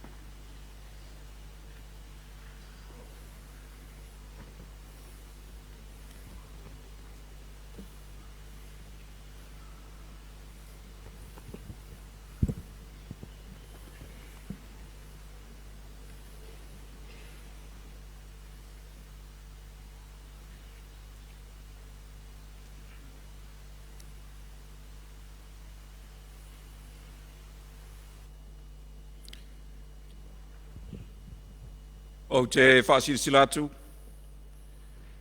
ua amaitarina nei, le Sauniga Aloaia Palemene Lona mo le whaatautoina, o le fionga i le palemia, le sui palemia, ma ministal kabineta, whapea ministal angolang.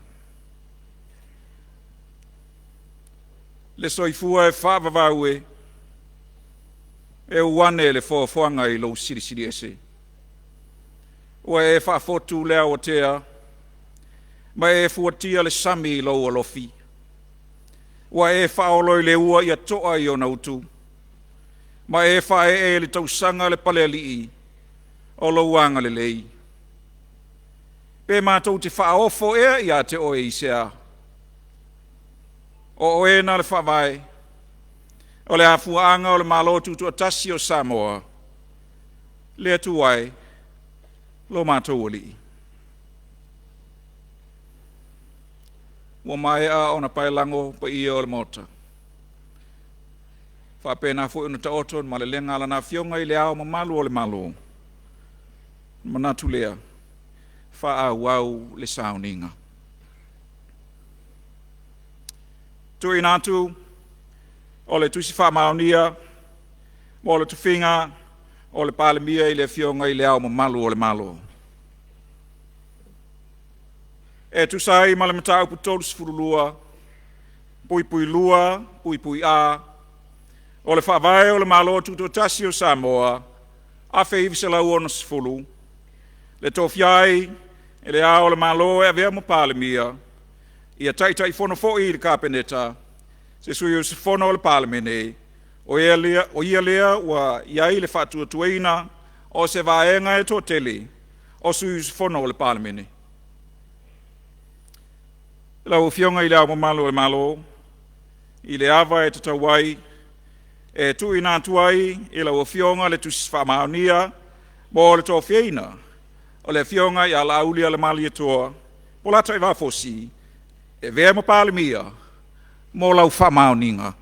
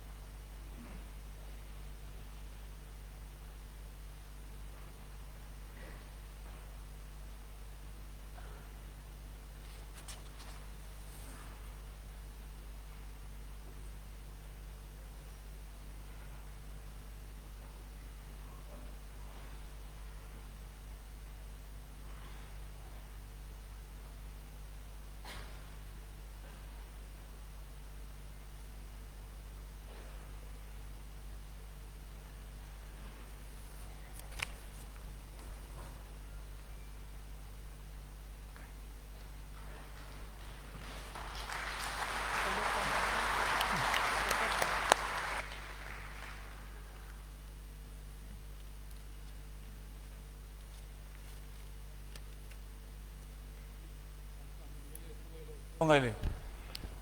Tanga fa manuele tu ele o fionga le palemia, le fionga la uli le mali toa pola ta vai fosi.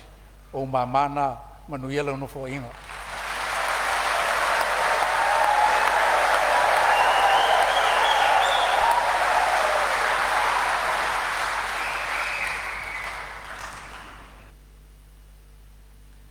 Ina ia tusai ma le matau putolus furulua, pui lua, ma le matau putolus furfa, o le whamae, o le malo tuto tesi o Samoa, a whiwisa la uono se fulu, o te tapai, ma le whaaloalo, la ua fionga i le palemia, lau fionga la aulia le mali atua pola tai wafosi. Ina e fio mai, i le luma o le lau nei. Bo le whatino ina o lau tautonga, i luma o lana fionga i le au malu o le malo.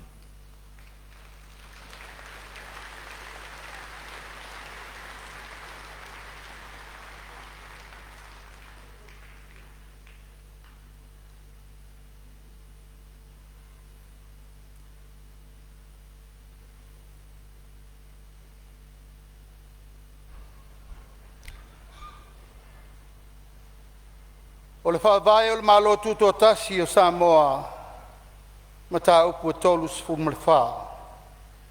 Tautonga a le Palemene.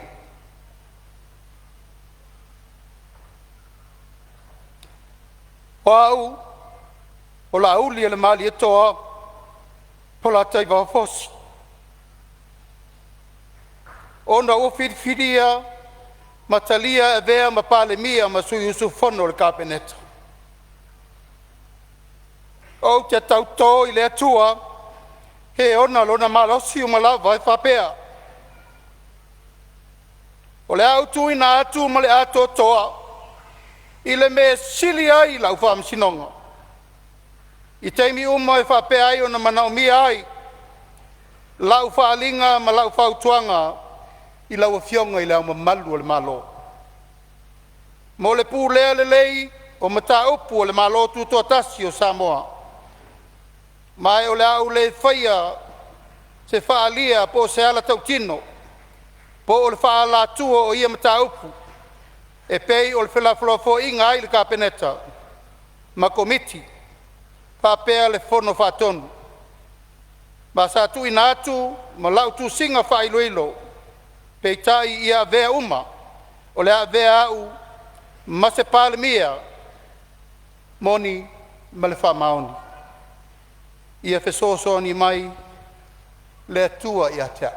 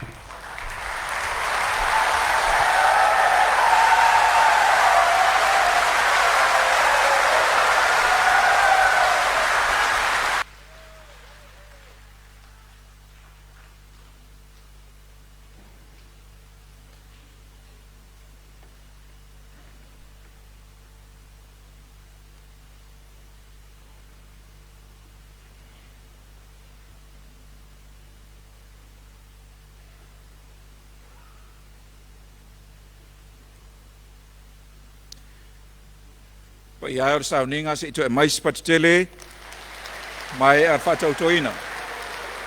Ni fionga ile li Palemene.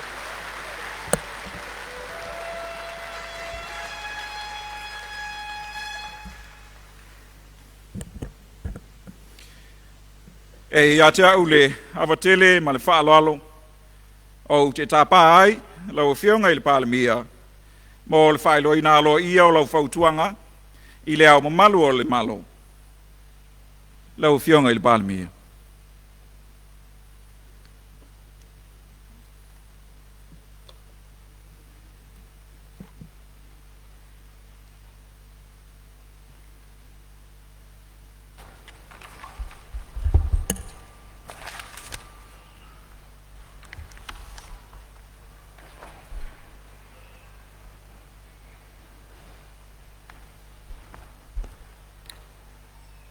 Lau fionga i lea mamalu o le malo, e ia te au lea batele o te tui nā tuai, lau whautuanga. E tu sai ma le mata upu tolu sifurulua, pui lua, pui pi, ma le pui pi a, o le whaavai o le malo tuto tasi o Samoa tasiva o na sifuru. Mo le tofia ina o a fionga, sui sifono, le sui Palemene ma le minista o kabineta. O te whaelo atu fo i lau fionga tu sai ma le mata upu tolu sifurulua, pui lua, pui pi, o le whaavai o le malo tuto tasi o Samoa. o lau fautuanga mo le tofiaina o ia fionga sui mamalu le Palemene mo le tō laulauina o lātou suafa e a vea ma minista o le kapeneta.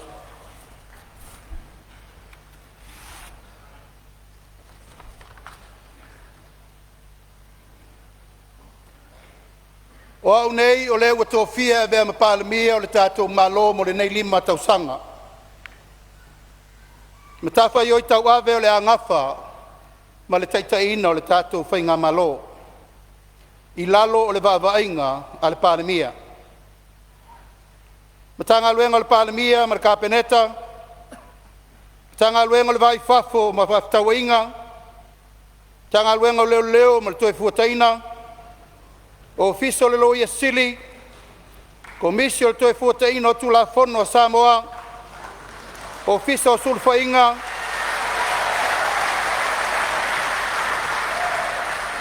Komisi o whainga luenga le malo.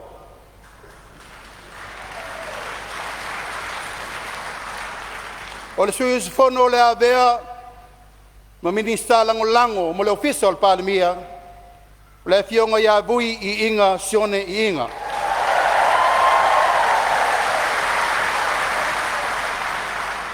Lona lua. O le fionga ia toe lupe Pauia o tele o nisemo. O le sui palemia.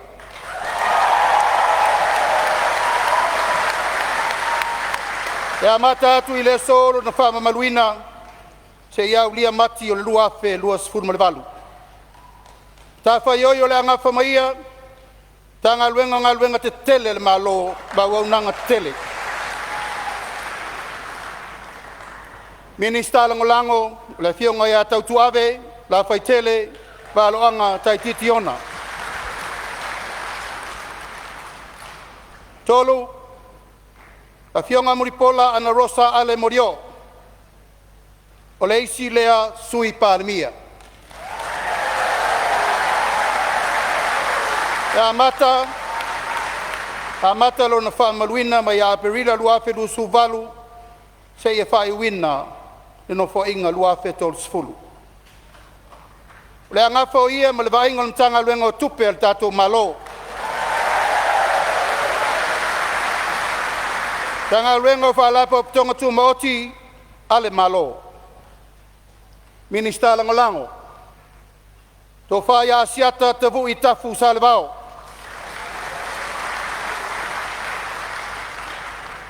Numele wha. E fionga ia ai ono a leki e keroma. Tanga luenga wa onga talonga. Tanga luenga wa onga manganu.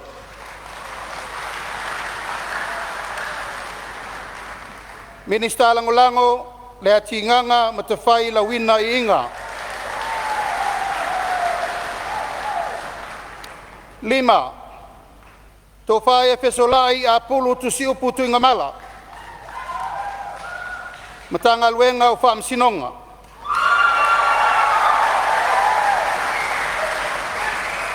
Minista lango Sala Paulo Tualapoto. Lona ono. Anga seata tanubasa Valelio tanubasa Peto. Tanga luenga o psota inga ma tekonolosi.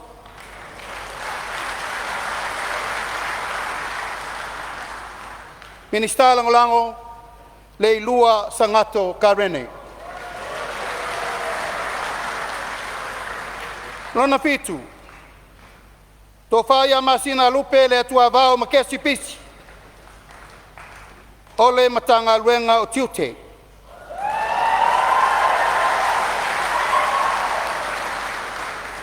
Minista lango to whaia lavea Solomona Paulo. Valu, seve, anapu te I fui mono. Tanga luenga o siusio manga. Minista lango taufua, Edmund taufua.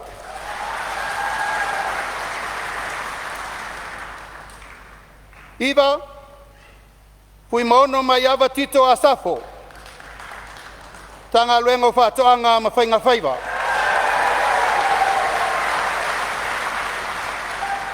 Minista Langolango, Aiolupo Tea, Misa Tony Aiolupo. Se fulu, Foaisala Lilo Tu Ioane. Tanga luengo whanua ma la oa whanatula. Minista Langolango, Tea to Alapeato. Se fulu tasi. Se wambuli le tufunga fasitoma. Matanga luenga o ta longa mamalolonga. Minista Langolango, fiu whaolatane Bonifacio Basa. Se fululua. Matanga luenga o tinam tamaitai, nu manga psotai, nu melefa mamawina, Moi whawo Julius a kui tapunai. Minista Langolango, ti la fono David Hunter. Te fulutolu, Fata Ryan Schuster. Tala ngwenga pisinisi ala manuia Maleipa. Minista Langolango, Ami Tuanai ma lolo tautofi Roma. Va'ao ao lo fipo. Matanga luenga soifua ma lolo ina. Minista Langolango, Ale Vena Ale. Wale minista muli o le mtanga luengo tupe maua ma ofiso sutusi paunga te o matavui tala lelei paunga. Lau fionga i leo mamalu o le malo ma le whaafafonga anga Samoa o le filinga le nā na tātou tau whaita talo ai le tua e fili mai tai mo le nei no fo inga soifua mai manuia.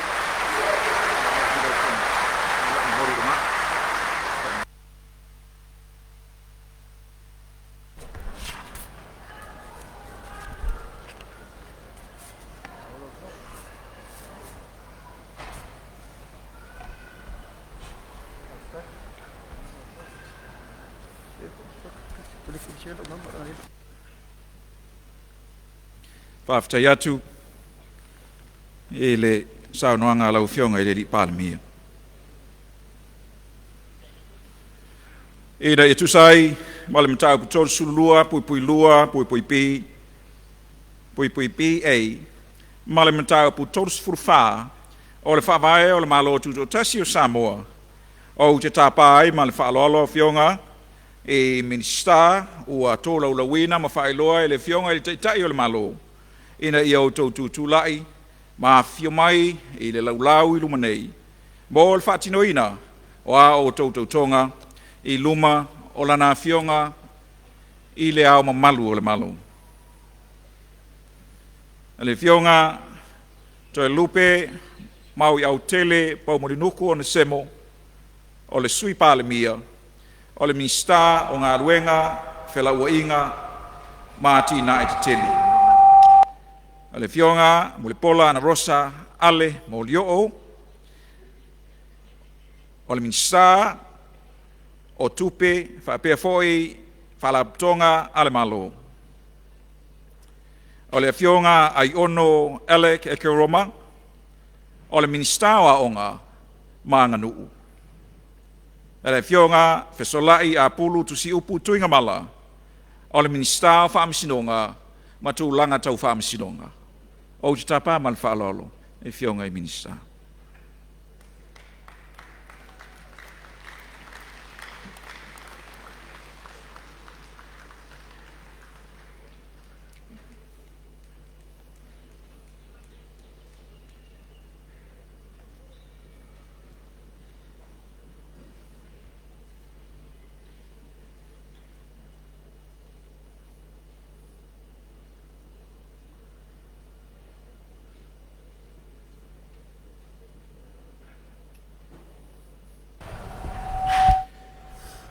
o tau ao i le tau matau i le fionga le tua o na sao noa lea o tau fionga i a tau tau tonga.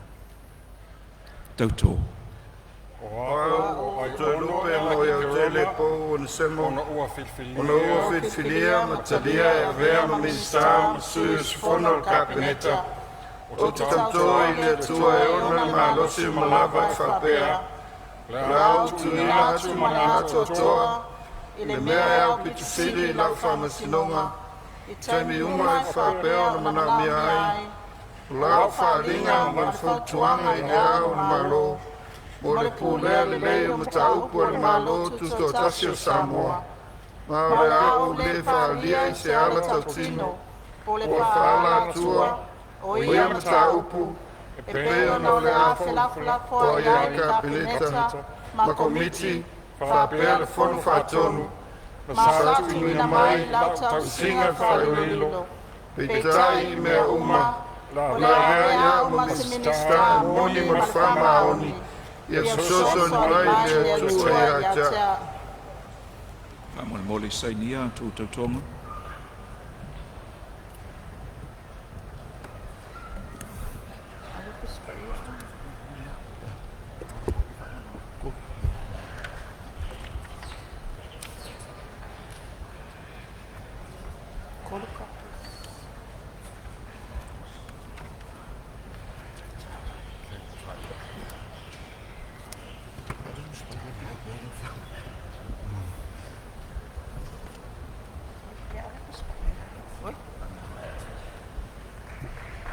Half tight, half your mai to film.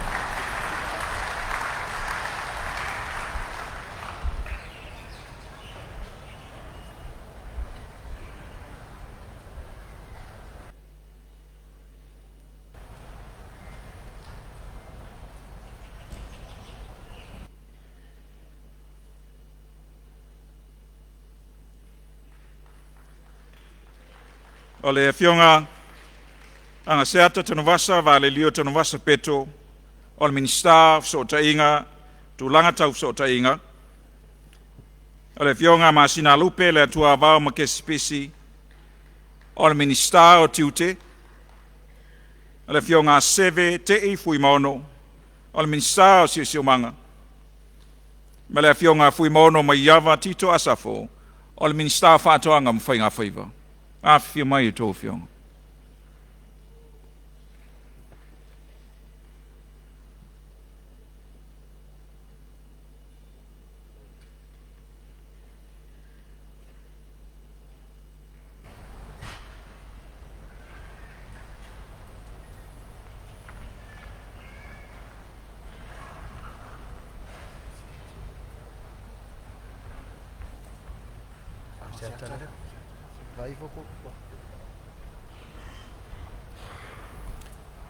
O lau tau ao i le awhionga le atua i le lima tau matau o na sao noa le lau tau tau tonga. Tau tō. O masina pele awa o ke spesi o no fifiria matalia e ma misa ma sui sfono kapeneta o te tauto i le atua e ona le malosi o malava e whapea o le au tu ina atu mai ato toa i le mea o pito siri i lau whamasinonga i taimi uma e whapea o na manao mi ai o lau wharinga ma le whautuanga i le ao le malo mo le pulea le lei o mata upo le malo tuto tasi o Samoa ma o le au le whaalia i se ala tautino o le whaala atua o ia mata upo e pei o le lafa whai ai i kabineta ma komiti whapea le whono whatonu ma sātu ina mai i lau tausinga whaalilo lilo pei tai mea uma o le a vea uma se minsta moni ma le whaamaoni ia soso ni mai le atua ia tea. Sauniga tau tau tonga.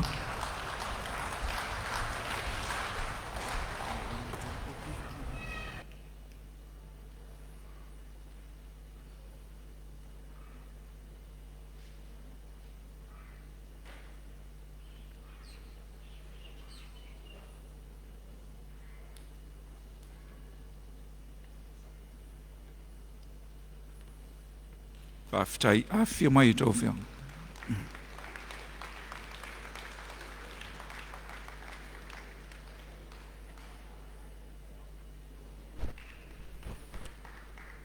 O le fionga foisala lilo tu Ioane, o le minsta o ele, o puna oa whanaturo. O le fionga sewa muli le tuunga fasitoma, o le minsta o Taalonga, ma malolonga. O le fionga moe whaawawo Julius Akui tafunai, o le minsta o tina, a tinae manuia no uma fioanga, wha maise le ofiso whainumera whamawina. Ma le fionga whata Ryan Schuster, o le minsta pisinisi ala manuia maleipa. A fio mai tō fionga.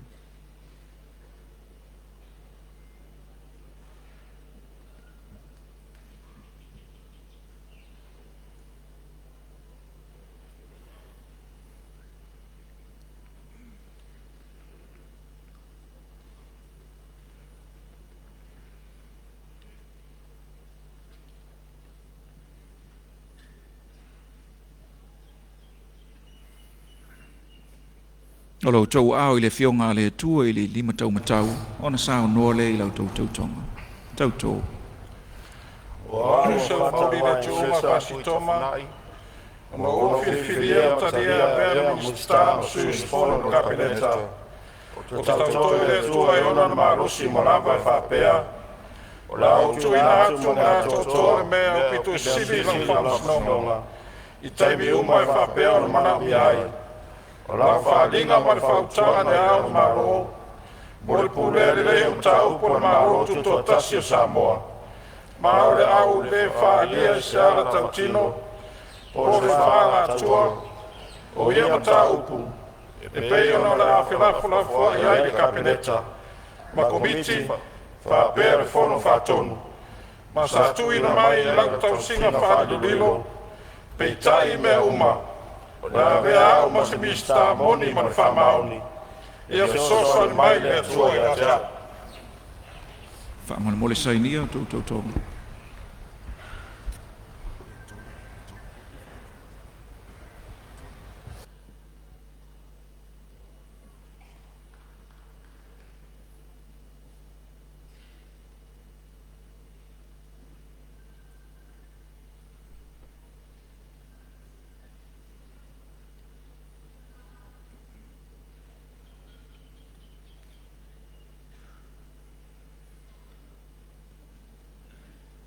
Haftai, afio mai tō whio.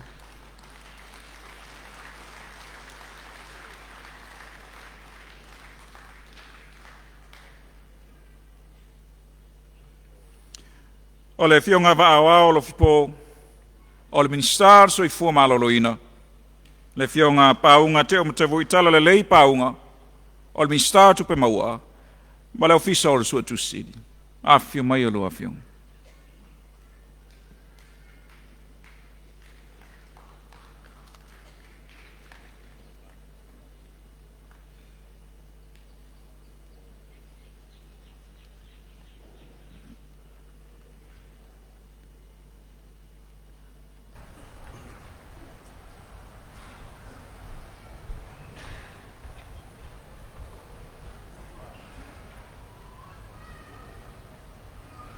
O lua au i le au tamatau le fionga le atua sao noa i la lua tautong.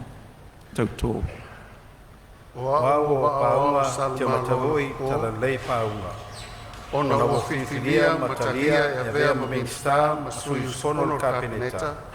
O te tautō le atua e ona na malosi umalawa e whapea. O le au tuina atu ma le atua toa i le mea e au pitusili i lau whamsinonga.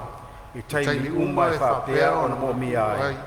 O lau whalinga ma le whautuanga i le ao le malo, mo le pūlea le lei o mata upu o le malo tuto o tasi o Samoa, mo le ao le whalia i se ala tautino, po o se whala atua, o ia mata upu, e pei o na whalafua i ai le kapineta, ma komiti, whapea le fono whatonu, ma satu ina mai i lau tausinga whalilo lilo, peitai mea uma, o le avea ia au, mas mista moni, ma le whamaoni, ia soso ani mai, ia tua ia tea.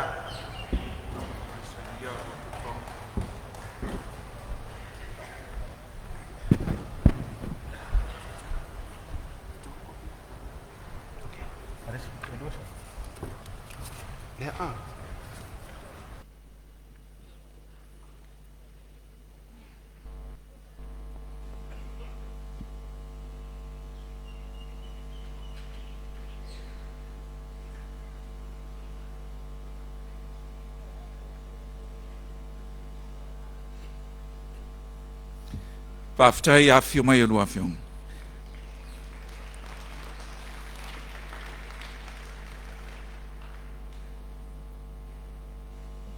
O le whatautoina o fionga I minista langolango.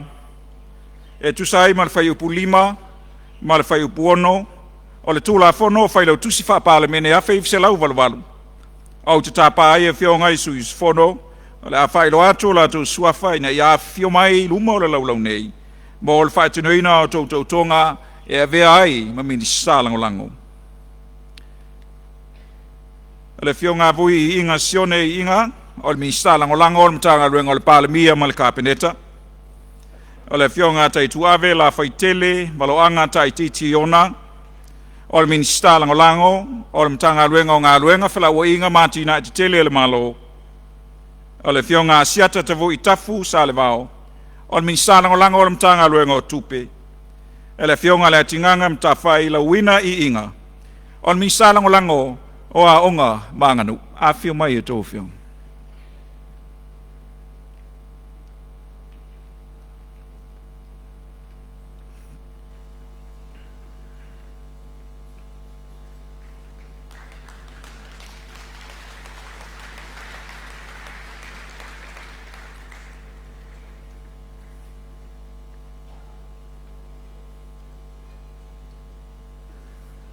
Lo tau au tamatau I le fionga le tua o na saunoa le I lau tau tonga.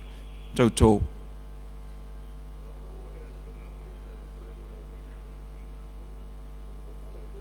Tua e ona le malosi o malava, o le au tau tua le lei ma le whamaoni le malo tuto tasi o Samoa, e tu sai ma le tula fono, I le umia o le tofi o le whailau tusi wha palemene, I e fsoso ni mai le atua I a tea.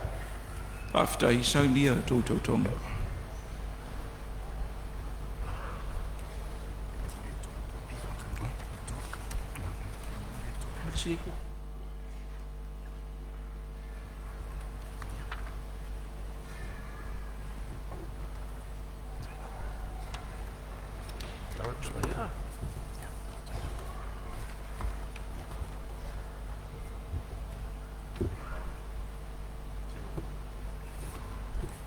Paftai.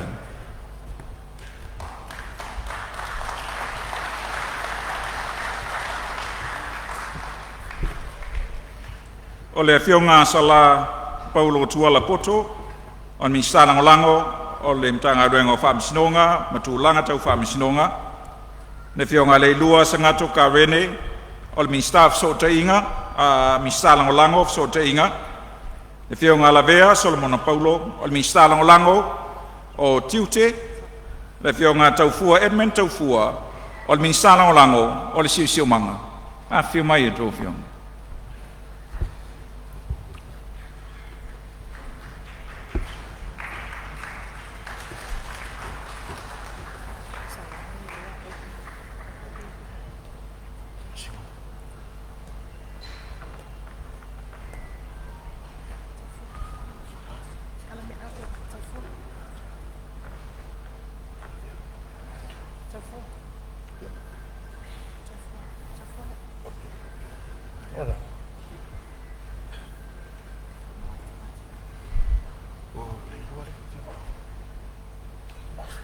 O lo au tau matau I le fionga le tua o na saunoa lea I lau tau tonga. Tau tō. O hawa sala Paulo Tuala Poto, o tau toa le tua e ona lalo simalava. O le au tau tua le me wha maoni le malo tuto tasi o Samoa. E tusa ai na tula fono. I le umia o tofi whailau tusi wha palemene. I e fsoso ani mai le tua I a tea. After Sauniga o tō tonga.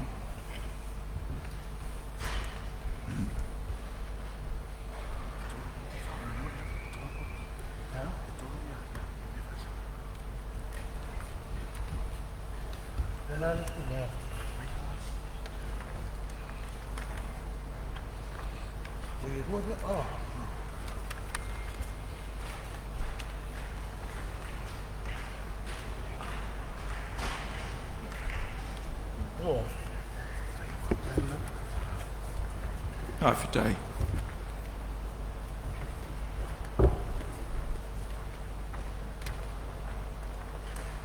O le fionga ai o le putea misa toni ai o lupo. O le minsta langolango whaatoanga mwhainga whaiva. Le fionga tea to ala pe atu. O le minsta langolango o le matanga aluenga o ele mapuna oa whanatu. O le fionga fiu whao le tane poni whaasio vasa. O le minsta langolango o ta longa mamalo longa. O le fionga tilafono David Hunter. O le minsta langolango o tina matamaitai. Atina no umanga fisota. Afio mai.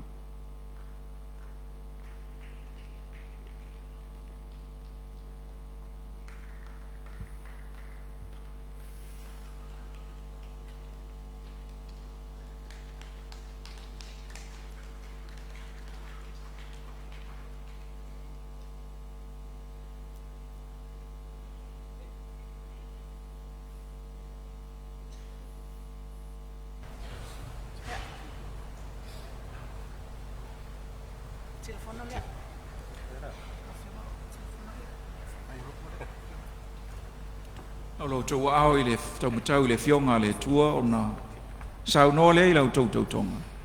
Tau tau. O fiu whaatane poni whaasio vasa. O te tau tō le tua e ona le maro siu marawa. O le au tau tua le lei ma le whamaoni le maro tuto atasi o Samoa. E tu sai ma tu a fono. Le umia o le toki o le whailau tusi wha palemene. Ia le soso ani mai le tua i a te atu.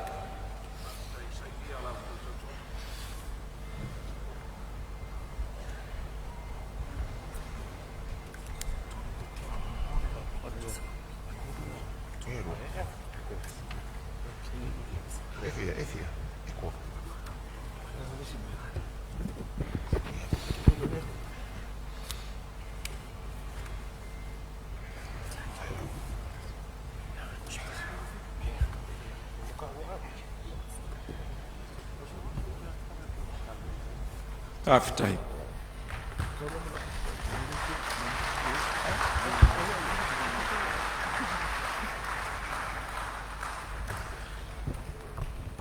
O le fionga amitona i malolo tau tofi Roma. O le minsta langolango, o le mtanga luenga o pisinisi ala manuia maleipa. Ma le fionga ali, vena ali. O le minsta langolango, o le mtanga luenga o soifua malolo ina. A fio mai tau fionga.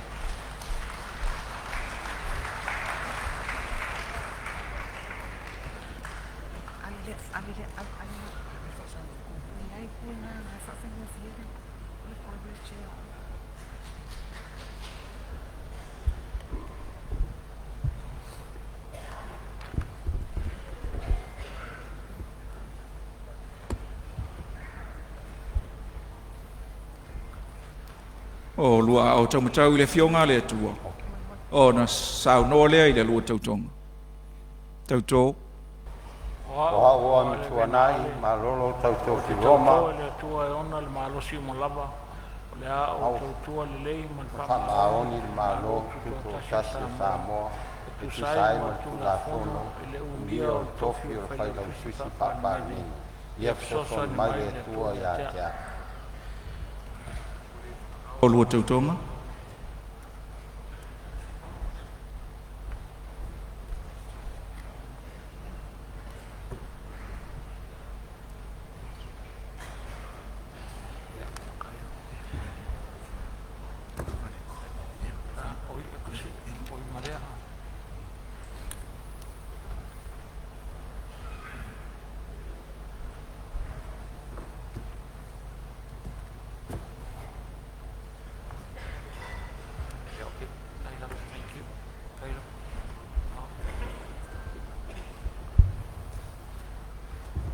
Pai ai o Sauniga se te mai spatele o le ua pa maea o tonga fionga i minsta. E fa pe foi ma fionga i minsta lang. O te tapa mal fa lolo. Lau sunga le taitai o Sauniga. Mo le tatalo fa manuia. Lau sunga le taitai o Sauniga.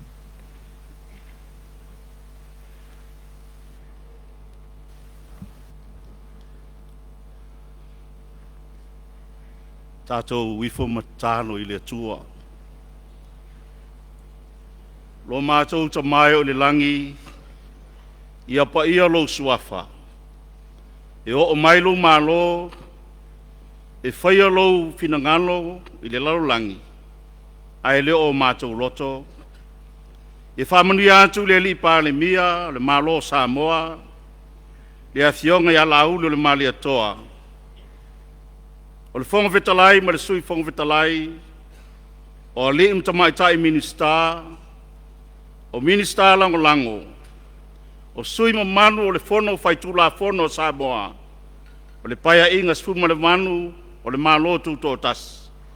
Ia whapupula atu, whonga lo fole atua i lunga ia tau tau, banglele atu ia tau tau, matausi atu ia tau tau.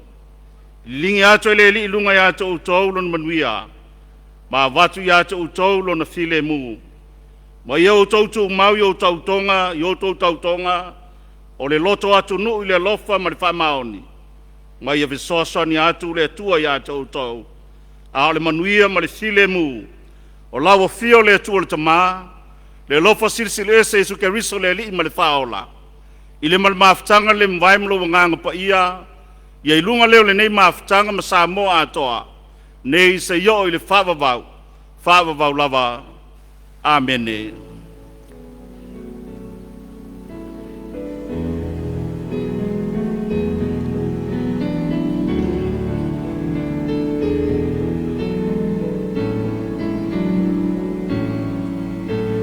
Ia whai soa o ma mo o e Yesu e oli a ma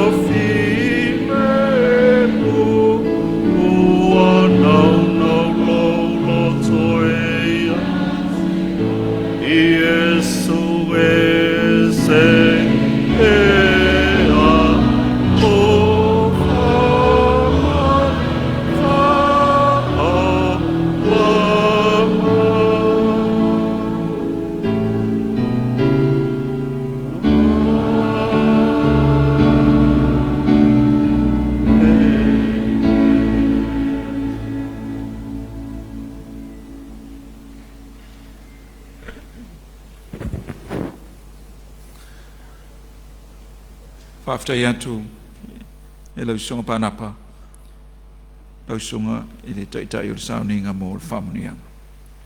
E a te ule avatele e te tauai o te tapai ma le whaaloalo, lau fionga i le li Palemia mo lau Saunanga.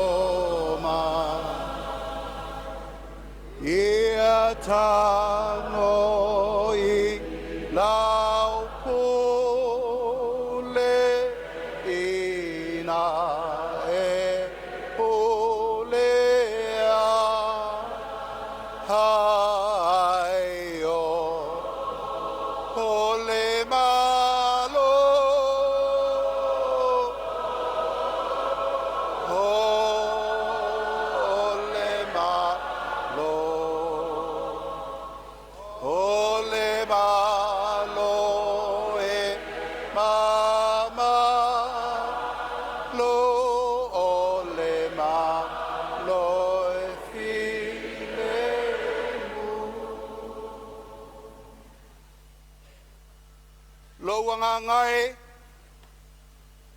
ye fa manu atu ia Iova o mea uma foi o totonu ia te au ia whamanu I lona suafa paia. Lo ua ngai. Ia e whamanu atu ia Iova, ma ia aua fo I nei ngalo se me tasi o na mea lofa.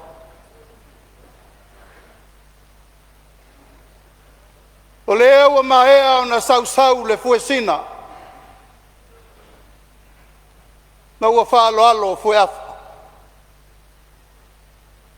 O whelelei foi manusina ma ua sa manuvale. Ai se a, o lea ua mai le malelenga mai le langi, sauno iai le taitai o le sauninga. Ngongo sina foi e le soina, talana pasina e le whatusaina. Le malelenga o lea ua mamoli mai ai, le saunoanga, a le fionga I le au mamalu o le malo. Manatu lea, o le malelenga mamoli lea ia Samoa ua poto poto. Wa atoa iuto le upenga wa lea wa atoa Samoa. Isa mawhainga mapaia e tu mau e o le whabavau. Matou le whaaluaina le malelenga I le tala. E tauia o so matou leo whawhetai whapipi. E anga tonu wai le tātou tai au maleaso. Le ata whai mai e le tamaloa na liu fatu le ala taua. A wau pa ia popo ma upale solo Samoa. O ufu e sina loloa ma ua whaloloa. O lou tino I le toa ua ola ai Samoa. Pa ia mawalunga wau ma malu whaltala lelei. O mamalu whale atunu. Tainane o mamalu whale malo. Whai ailo leo e whai mawhafonga tau mamoli. O e na whauina umai le so ma palemene whiriwhiria o sui sfono taito tasi. Moli atu ailo mato wa nganga whaftai tele. Ila ua fionga I le au mamalu o le malo malau masiofa. Moli le nganga whaftai lo tau sase a tolu o aso I le whono sui tofia. Lau susunga I le mali atoa. Lau a fionga le tui atua tu puata msese. Ma lau a fionga le papa la ulu mapsone. Moli le nganga whaftai le so, a wa lea wa so ula le whala o le pa ia la valea Samoa I ona tulanga whalupe. Mai le mata sau e oso ai le la I le mea ngase ai le na tamisanga. O le pa ia watu mua mapule I tuau ma la taua, ai ngai le tai ma le vaa o fonti. Malu tau e foi le fio la ua fionga le whamasino sili. Ai nane la ua fionga le pedestene, ali matamaitai o le whamasino nga sili e Samoa. Whawhetai le fio mai matala mai a ao le so. O le vaa nofo tonu lea wa le tau singo le nofo whealofani. Le whaatemo kalasimoni, tau sia le file mu ma le manuia o Samoa. Fe tau siai, va whealolai, ai le fe va ia. O le taiao ma le aso, o le waso ula wa le fio mai o tato uso ma le motu sai. Wa ato ai Samoa, a wa le tato fesila whainga I le so. Te fio mai o lau fionga le Kovan Sili. Lau fionga Pulali, Nicolau, Pula Malefartua. Io lau fionga le Presidente del Senate. Lau fionga Tuaolo Manaya Fruen Malefartua. Lau fionga le Fafonga Fetalai.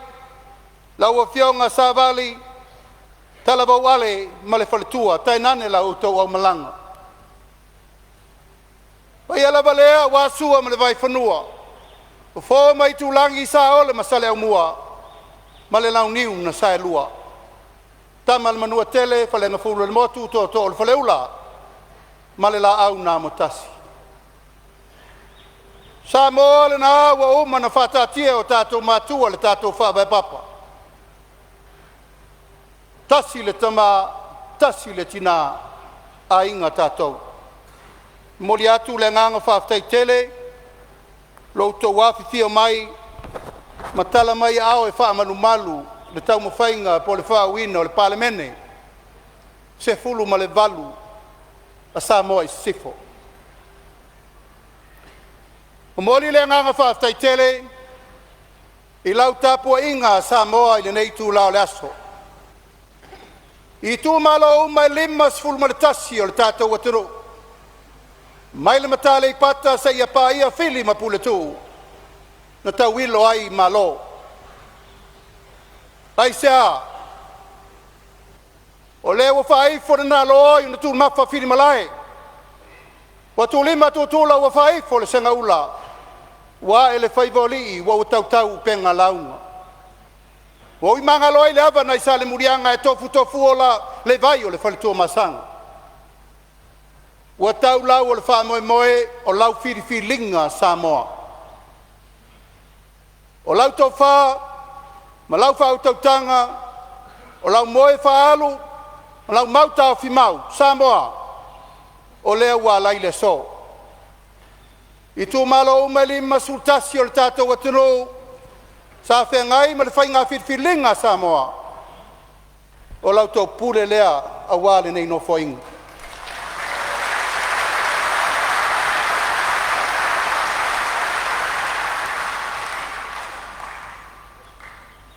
E le mawhai o na whanga loa fia isi o na wao. A wawha pei o na nau le aila i vai tafi. E lele le toloa e mau le vai. Le pa ia o Samoa i tafa e fia o le lalolang. O e vea lava sa au tau whawhale le maluai. Mo ai tau tau malele. Mo tau tua apa ma, tau tua mamao. O leo toi nā tia ifo lo tau fatu mo le atunu o le whainga whiwhiringa nei.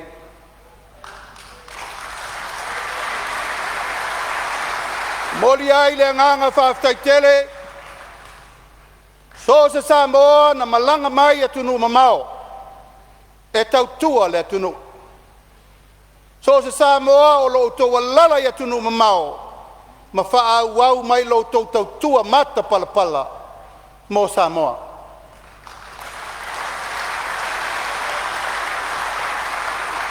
O le tatalo, alo fangia i o tau malo losi pea, e lafo mai tupe ati na e le atunu.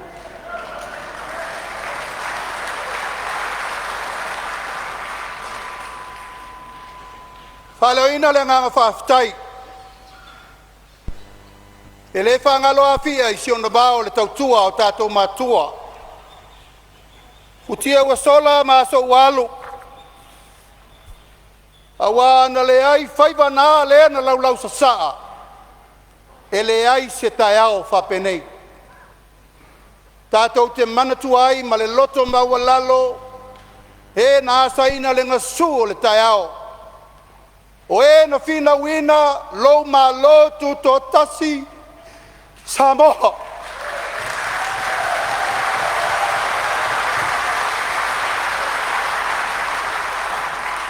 Tātou te manatua ma le loto ma walalo.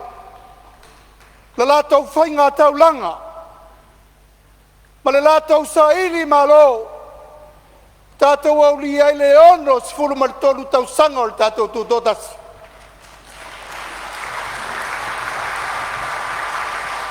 E le mawhaina ngalo. Sa lātou turi vai le tua. Matatalo i le tua i a whao le whasino ala ma le whasino manga.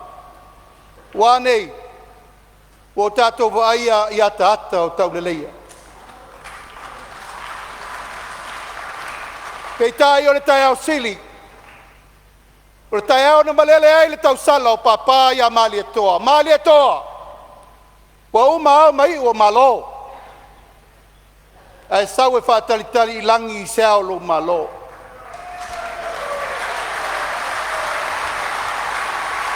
Samoa o le tai au ula le nā. Ia aua ne ngalo yola. Le tai au nai matangi u whengai maleata. Le tai au nai whaleu mautuangiangi. Le tai au nai malae ola mana whanga. ma le mauta e au fia o loo puna funa whanau pe le taimi nei a wā le ngā luenga le tua. O moli atua i le nganga whaafitai tele, tai uma o e kalesia kerisiano i Samoa. O sunga i whaafenga inga, taulangi uma ua tātou whaatasi le nei asu. Mātou te talitonu i lautou te tuli le tua. Ia uane i awe sea le whaavae o Samoa. Ia whaavae i le atua Samoa.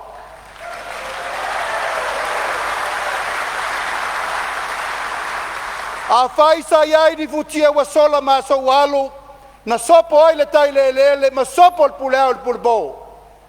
E iai le taimi o le atua e toi fo iai le vai le mena tafe mai iai. O le a, ia tātou manatua, o le atua e pule i mea uma o le tātou ola.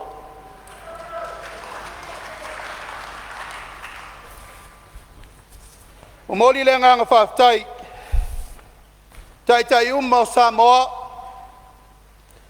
o e no lua iao le malo le fionga ia mali e toa tanu mawhili de lua. Le fionga ia tupua tamasese, o whai lo langi lo la soifua, a o le tau langa na osi, Samoa e le mawhai upu matala o na taia, ai whaafetai le tua, i le latau tua mata palapala ma le alofa moni le atunu. E le mawhai na whangalo a fia e whaalolo mawalunga sa whenga iai e sa taita ia le malo.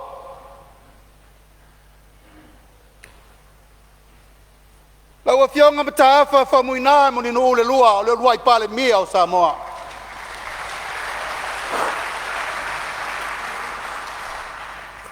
Lau a fionga tupua tamasese le lofi le wha. Palemene Lona lua o Samoa. Lau a fionga tu ia tua tupua tamasese efi. Pe Palemene Lona tolu o Samoa. Lau a fionga le loliva ai kolone. Pe Palemene Lona wha o le tātou malo. Le fionga le tō li tō filau e tia al sana. Te Palemene Lona lima o le tātou malo. Lau sunga tu le epa sai lele mali le ngoi. Te Palemene Lona ono o le tātou malo. Malau a fionga, le sauna whapito fia mena o mi matafa. O le Palemene o lefa to a tātou tau mawai nei.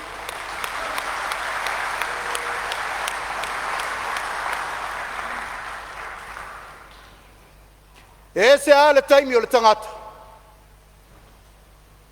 Ese le taimi o le tua.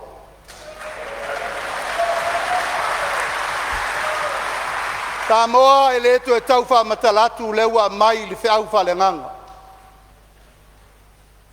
O le numela valu i lo tūlai. O le amatanga fau mo le tātou watunu. O te tatalo atu i le ava ma le whaaloa lo tele te tauai. O le nofo leo, o le nofo o Samoa. E leo so nofo. O le nofo o le atunu. E leo whatasi, pui whatasi, ma tausi whatasi e Samoa uma.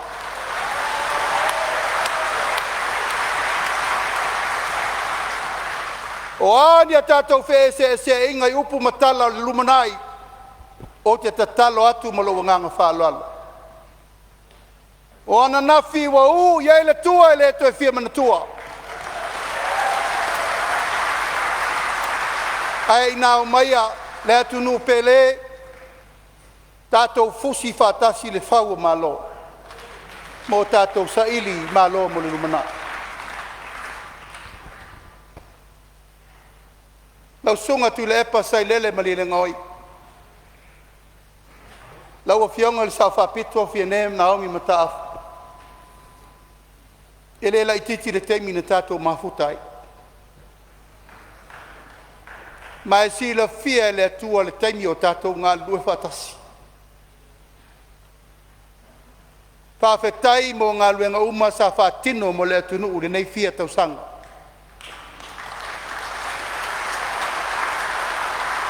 Whawhetai urua whaibalo filima, e le tau iso, e le tau talangia pe tau whai loa wai loa e Samoa.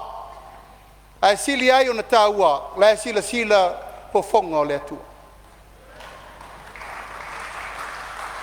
O lau tatalo, whawhile mu lea tunu. A whai, tātou te maua le whea whani, po while mūre tāpua inga Samoa. O apo whaatasi le ngā lulua whaatasi e Samoa, mō le lumana. Aisea, tātou whaia se whaavai whau. Tātou wa ngai masaba vale e u 5 whaatasi, o lau malau 2 whaatasi ia manuia Samoa.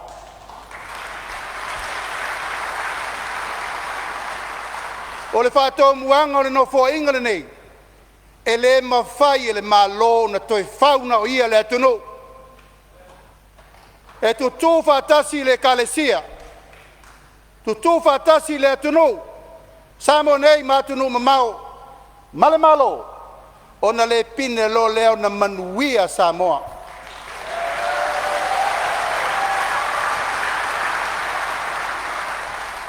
O le malo tangata, I tangata, mo tangata. E leo se malo na o le malo. O le malo e whau whatasi e iei le tiutia lau whainga luenga tutofi e le tua. E iei le tiutia le atunu, tama mainga. Te fwoi tātou te whatasi ma, le whawha whenga iei o watu tuila ma manua. Tu whatasi loa ma le au au nanga o tātou o whirwhilia le so. O na le pine le na tau I manur wha moe moe.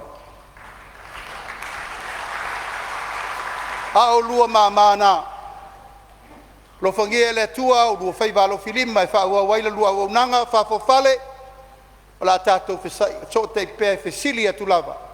Ini tu langa o whautuanga. E le whangaloina. Le fionga le whafonga whetalai na se ei le nofo inga wa mai atu.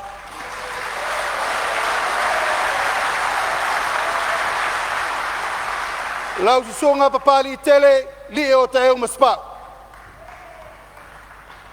Tai nane sui fai pole uma sa tātou mafuta I le nofo inga na mawai atu. O le mae o le singa luenga. O le amatanga fo ina o le singa luenga fau mo le lumana. Tanga ia e la io ai o tai. A auto fai valo mi rima lau sunga al pari tele. Si la fia le tua lau ngā luenga sa whatino a wāle tātou Palemene.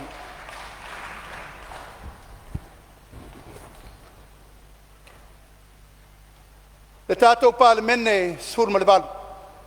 Usoe o tātou o au auna le atunu. O tātou o mulu mulu vae a le atunu. O tātou o tā vini a Samoa. I o tau alo whangia ta tātou paia inga le nei. Wa tā pena le a inga le whātua tua I le tua Samoa wa tasi, tu atua mātou 5 tu mai o tau ao. Tātou ngā lue whātasi. A whai o le whina ngalo le manuia I le atunu. O le mātou whātala ulatu lea. Ala tātou whasolo I tūlanga umma pe o na iai pol ka lame whātātitia a wale manuia o si o tātou atunu. Lo I tū malo pe le ngangai whamaunga numero 3.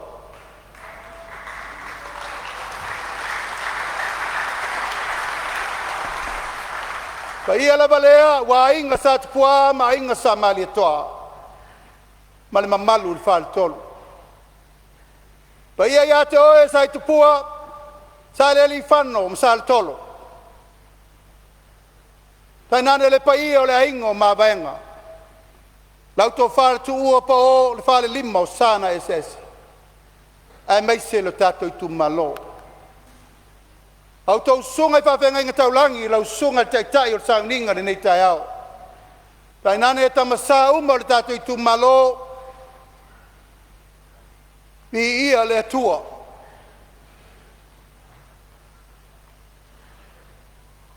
O ai tātou a manatu mai ai Samoa.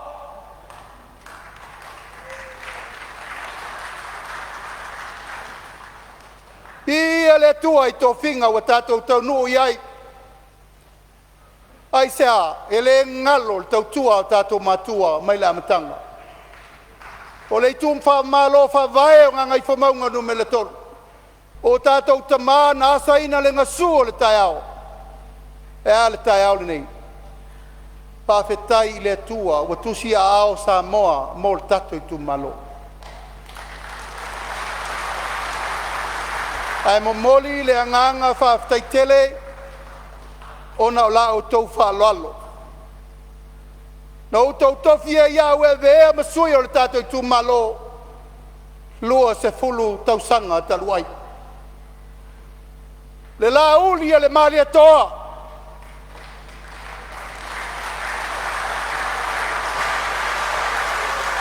No tau wha ia te au. Whamanuia iai le mali atoa. Tanu wa whili le lua. Whamanuia vo iai le mali atoa mo li le alala mai. Aua tau te toi apoa le pola e mo tuitua. Anga I luma le tātou wā. Wa mawai atu wasa o ti ngā ma whaingata. Tauni la ia. Tātou te sapi I tūlanga o le whamalu malu le atunu. Ai sea, a wae le ai se tautua e alu alu fua. E lei foi se tautua e alu alu noa. A o lau tau pule lea le tātou I tu malo. Pawhetai u whete whaina le tō whama le whautautanga ia Samoa. E a vea ai tātou ma taitai o le atunu. O mori lo nganga whawhetai, au whaingaluenga umalava le tātou malo. Whaululunga mtanga luenga whalapo patonga le tātou malo. O tau o tama whanau masuri moni masuri whawai o Samoa. Wa to fito whao tau te tau a veina tiote. Whatangata whaingaluenga le malo. Whamalo ngā lue, whamalo le unsai, whamalo le tautua. E pei lava o le tātou whailo inga le urua yaso. E le o se whai ngā malo o le whatua tua I le tua Samoa o tasi. O le whai ngā malo a Samoa atoa. Tautua nā, loutou walawina. E sao I maau, ma tātou sao, I whangalele. Pea whai tātou te tutu whatasi ma wha au au fo I le ngā luenga tautua. I mea lo wa fina ngalo ai lo mātou tō whinga le nei vai tau. O nao I mātou ni me whainga luenga ma ni tangata tau si mea I tu tono le lima tau sang. A maea foi, ona toe whiri foi leo Samoa. O la le si tali e mai mo le rumana. A outou ma foi nā. Ma tanga luenga uma le malo alo e ia. Whai voletai o wāle tātou ngā luenga e lela I titi. O le ngā luenga te le te tau na wha au. O lo tāpua I le tunu. Ori le nganga whawhetai. Malo uma mai whafo diplomatic cause. O lo alo lofa mai le tātou atunu. Talo whamanuia le tua mo uto uma. Ma pāpā ave lo peso o tanga. Whau whai o malo. E manuia ai Samoa nei mātai au.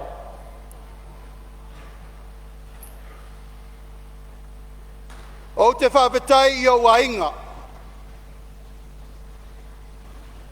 Si o te mā, ma si o tina. E whionga ia honourable. Polata I Fosi Schmidt.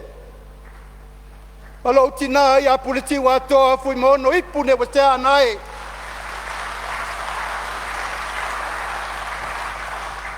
Tainane o matua, ia turi au pupu whata lima. Matala e tau lima. Ono le whawhaile le ino lo tangata whatau wa. O leo mafuai ono o tu lai le so. E ala I tō whinga le tulu.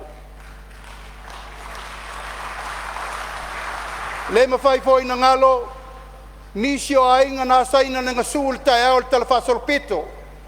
Tonu au pawhai o malo, le fionga ia tuu lo le sio, le fionga ia pesata seko simiti, le fionga ia tia pili filisi, le fionga ia lawea tuu na salio, ia manisi o le ainga na mafua ai o na tai le ala, matala le ngafo le ainga i to tonu o porkiki ma o pawhai o malo.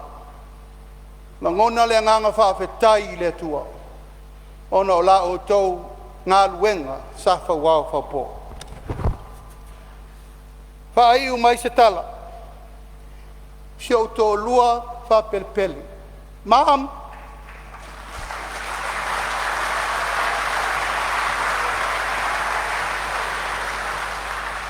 wa e lai loa ma se tā whanau, talu ri tātou whinga man malo. Whamalo le on sai, whamalo le tatalo, whamalo le whamalosi, whamalo le tautua whamaoni a wale tau veino tātiuti. E leo to e lilo le lo le lalo lagi mo na upu. Whawhetai lau whatua tua moni le tua. O lo toa i au pe au le tā sabalinga. Siau whanau pele, my children, vi ia le tua. A talo i le tua e whaauau me uma na whasino i a te o tau. O wao le ala fua laba lea tātou te saba vali ai e whaauau le tautua ina o le tātou atunu. Ia, na ia o grandchildren e tō tōru. Fitu masina o te leiba ai ei taru no mai le lolangi nei. Ona o le pisi li tau mwhainga o le mauwha masinonga o whainei. Ea ma le whainga pālota o le whatua au mani. O le whatua o mai whanua e whailo ai mai li ta mao le ainga. Au a fitu masina e le iwa aise ta mao le ainga. Hui o lea, vi ia le tua wa tātou whailo.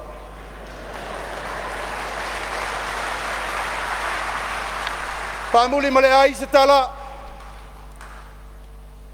Le tātou ainga o le whatua tua i le tua sa mo o tasi. I au tau mana tua le whaavai papa o le tātou ainga. Whai mamanu lau ti o sa walinga le lima su tasi i tu malo. La le whe au o le tua na mai e ala lau whainga luenga. Tātou o mai e sa ili le ami o tono. Ia nau i le lofa. Ma tātou sa wavali i lumbo le tua ma le loto ma walau. Tau tua nā ma au tau. A tau o minista lango, o minista lango le atunu. Ta tala le whaita toa, loso whai tu la laso. Whai e le au nanga wa le atunu ngā soro atu. Tau tua nā le atunu. Le au tau sirisila e le whaingo whie, aisea. E le na o tātou na whinau. O leo a tātou oio ongo le loloto. O whelafo lafo inga ma saunoanga no whai le atunu. A la le tali a Samoa leo a mai. E whatua tua ina loutou pa ia ma loutou mamana. Tanga ia e la io ayurtai. Whamanuia, tātou ainga. Te pa ia o Samoa malanga mai whafo. O le mātou whaftai whai ule nā. Alo whangia le tua se taimi, tātou mau ese i a wholau i langi mā, ta tātou mawhtanga. Diplomatic corps, families and friends, ladies and gentlemen.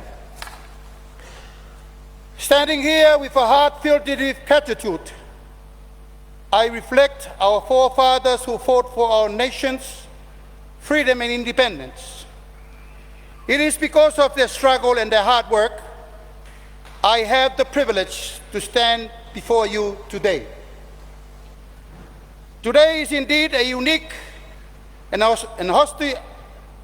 history occasion as we celebrate a new chapter in our country's political journey, 63 years since we become an independent state of Samoa, and we celebrate today XVIII Parliament.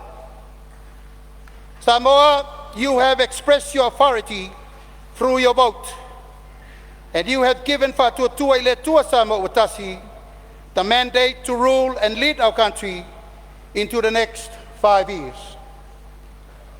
For the last 9 months, we sailed through some of the troubles and uncertain times.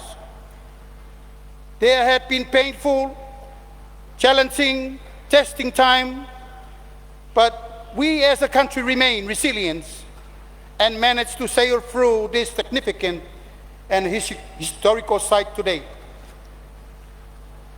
I acknowledge with gratitude all our former Prime Minister, from our first Prime Minister, Honourable Fieme Naomi Matafa Murinu Lelua, Honourable Tupua Tamasese Lelo Firfa, Honourable Tuia Tua Tupua Tamasese Efi, Honourable Vai Kolone, Honourable Tofilau Eti Alsana, Honourable Tule Epasai Lele Melile Ngoi, and Honourable Fieme Naomi Matafa. Thank you for leading our country over these years. Despite the many challenges and encounters, you have weathered the storm and keep our sails on course. Our government will continue to build the foundation you began. To our new elected members of Parliament, I acknowledge with dedication and passion that you have for our people. Your voices intercalls to your health democracy, and I believe we can, and we must find common grounds. Let us rise above and work together for the benefit and betterment of all Samoan. The government's most pressing needs is to prepare a budget to carry the country through the next 9 months until the main budget is presented in June 2026. To fulfill the promises that is made by the first manifesto, the government has planned to make a judgment to ministry and portfolios to ensure the smooth delivery of projects. Therefore, close collaboration between the government and CEO, ministry and the public service must be done, as well as they are the backbone of implementing and delivering all these commitments. It is my great respect that I acknowledge the President of our diplomatic corps and development partners. Your Excellencies, I extend my deepest gratitude for enduring relationship that has been instrumental in the development and the progress of our nations all these years. These partnerships are testament of our safe values and mutual commitment to a prosperous and stable Samoa. We do look forward to the future, and we are urged to further strengthening these vital bonds. We are confident that we will continue to close collaboration, and we can collectively advance in shared goals and helping guide Samoa towards the future for great benefit and improved living standard for our people.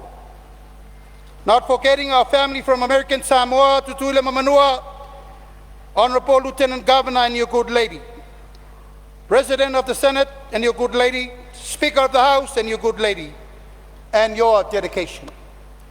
Thank you for making time, and your presence to our occasion today is much appreciated.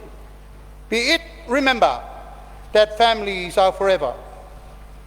To the people of Samoa, both local and living overseas to all 4 corners of the world, thank you for your traveling all the way home to support our nation, Samoa, to strengthening our national ties, not in the government, because we are government of the people, by the people, for the people. In your resilience, your faith, and your commitment to your families and commitments, and also community, let us continue to rebuild our nation to the spirit of peace and harmony, and with renewed sense of purpose. I thank you to my legal team. Thank you, Maunga, Precious Chan, Miro Louis, Taulapapa Brenda, Matafeo, and all our supporting lawyers. Thank you also to my KC, traveling from New Zealand, Richard, Thank you, sir. Thank you to Casey, Kieran, and Aaron for your support in time of needs. I acknowledge my constituency Ngangay Pambongon Milatolu, the church minister in various denominations, the chief and orators, women of all young ages. I thank you so much for your confidence and trust in me for over these years, and your guidance. You have placed me to where I am today. As a family, we must reflect the tribute to our journey from my forefather who came before me in Samoan parliament and political life. I acknowledge my grandfather Tuulolesio, great uncle Peseta Seko Schmidt, uncle Tiapili Felici, Lave Leo, and to my parents, Honorable Politeva Fosi, and my mom, Puimono Puritiwatoa, and my Politevao. Not forgetting my parents, Tuliapopu Fata Palalima and Talaitau Lima, who groomed me from the early age on a political upbringing. I know you would be very proud to know that I am the third generation in the family and has been appointed today as the Prime Minister of Samoa. To continue the service to the country, their love so much and commitment to serve for so many years in the public lives, I know your spirit are here with us today. To my beloved wife, to Pea and children, my wife, you are a pillar of strength, the one behind me, the one who takes all the pain, the prayer warrior, the advisor, the love of my life. I thank you all for what you have done. To my children, thank you for your patience and support through this journey. Please take this example and strive to do better than me. Samoa, the journey ahead is long, but I am confident that together we can overcome any obstacles. Let us pray for the blessing upon our nation from the God of Israel, the God of Abraham, the God of Isaac, the God of Jacob, the God of Samoa. Let us work together hand in hand to build a stronger Samoa in united peace and harmony. Soifua mai manuia.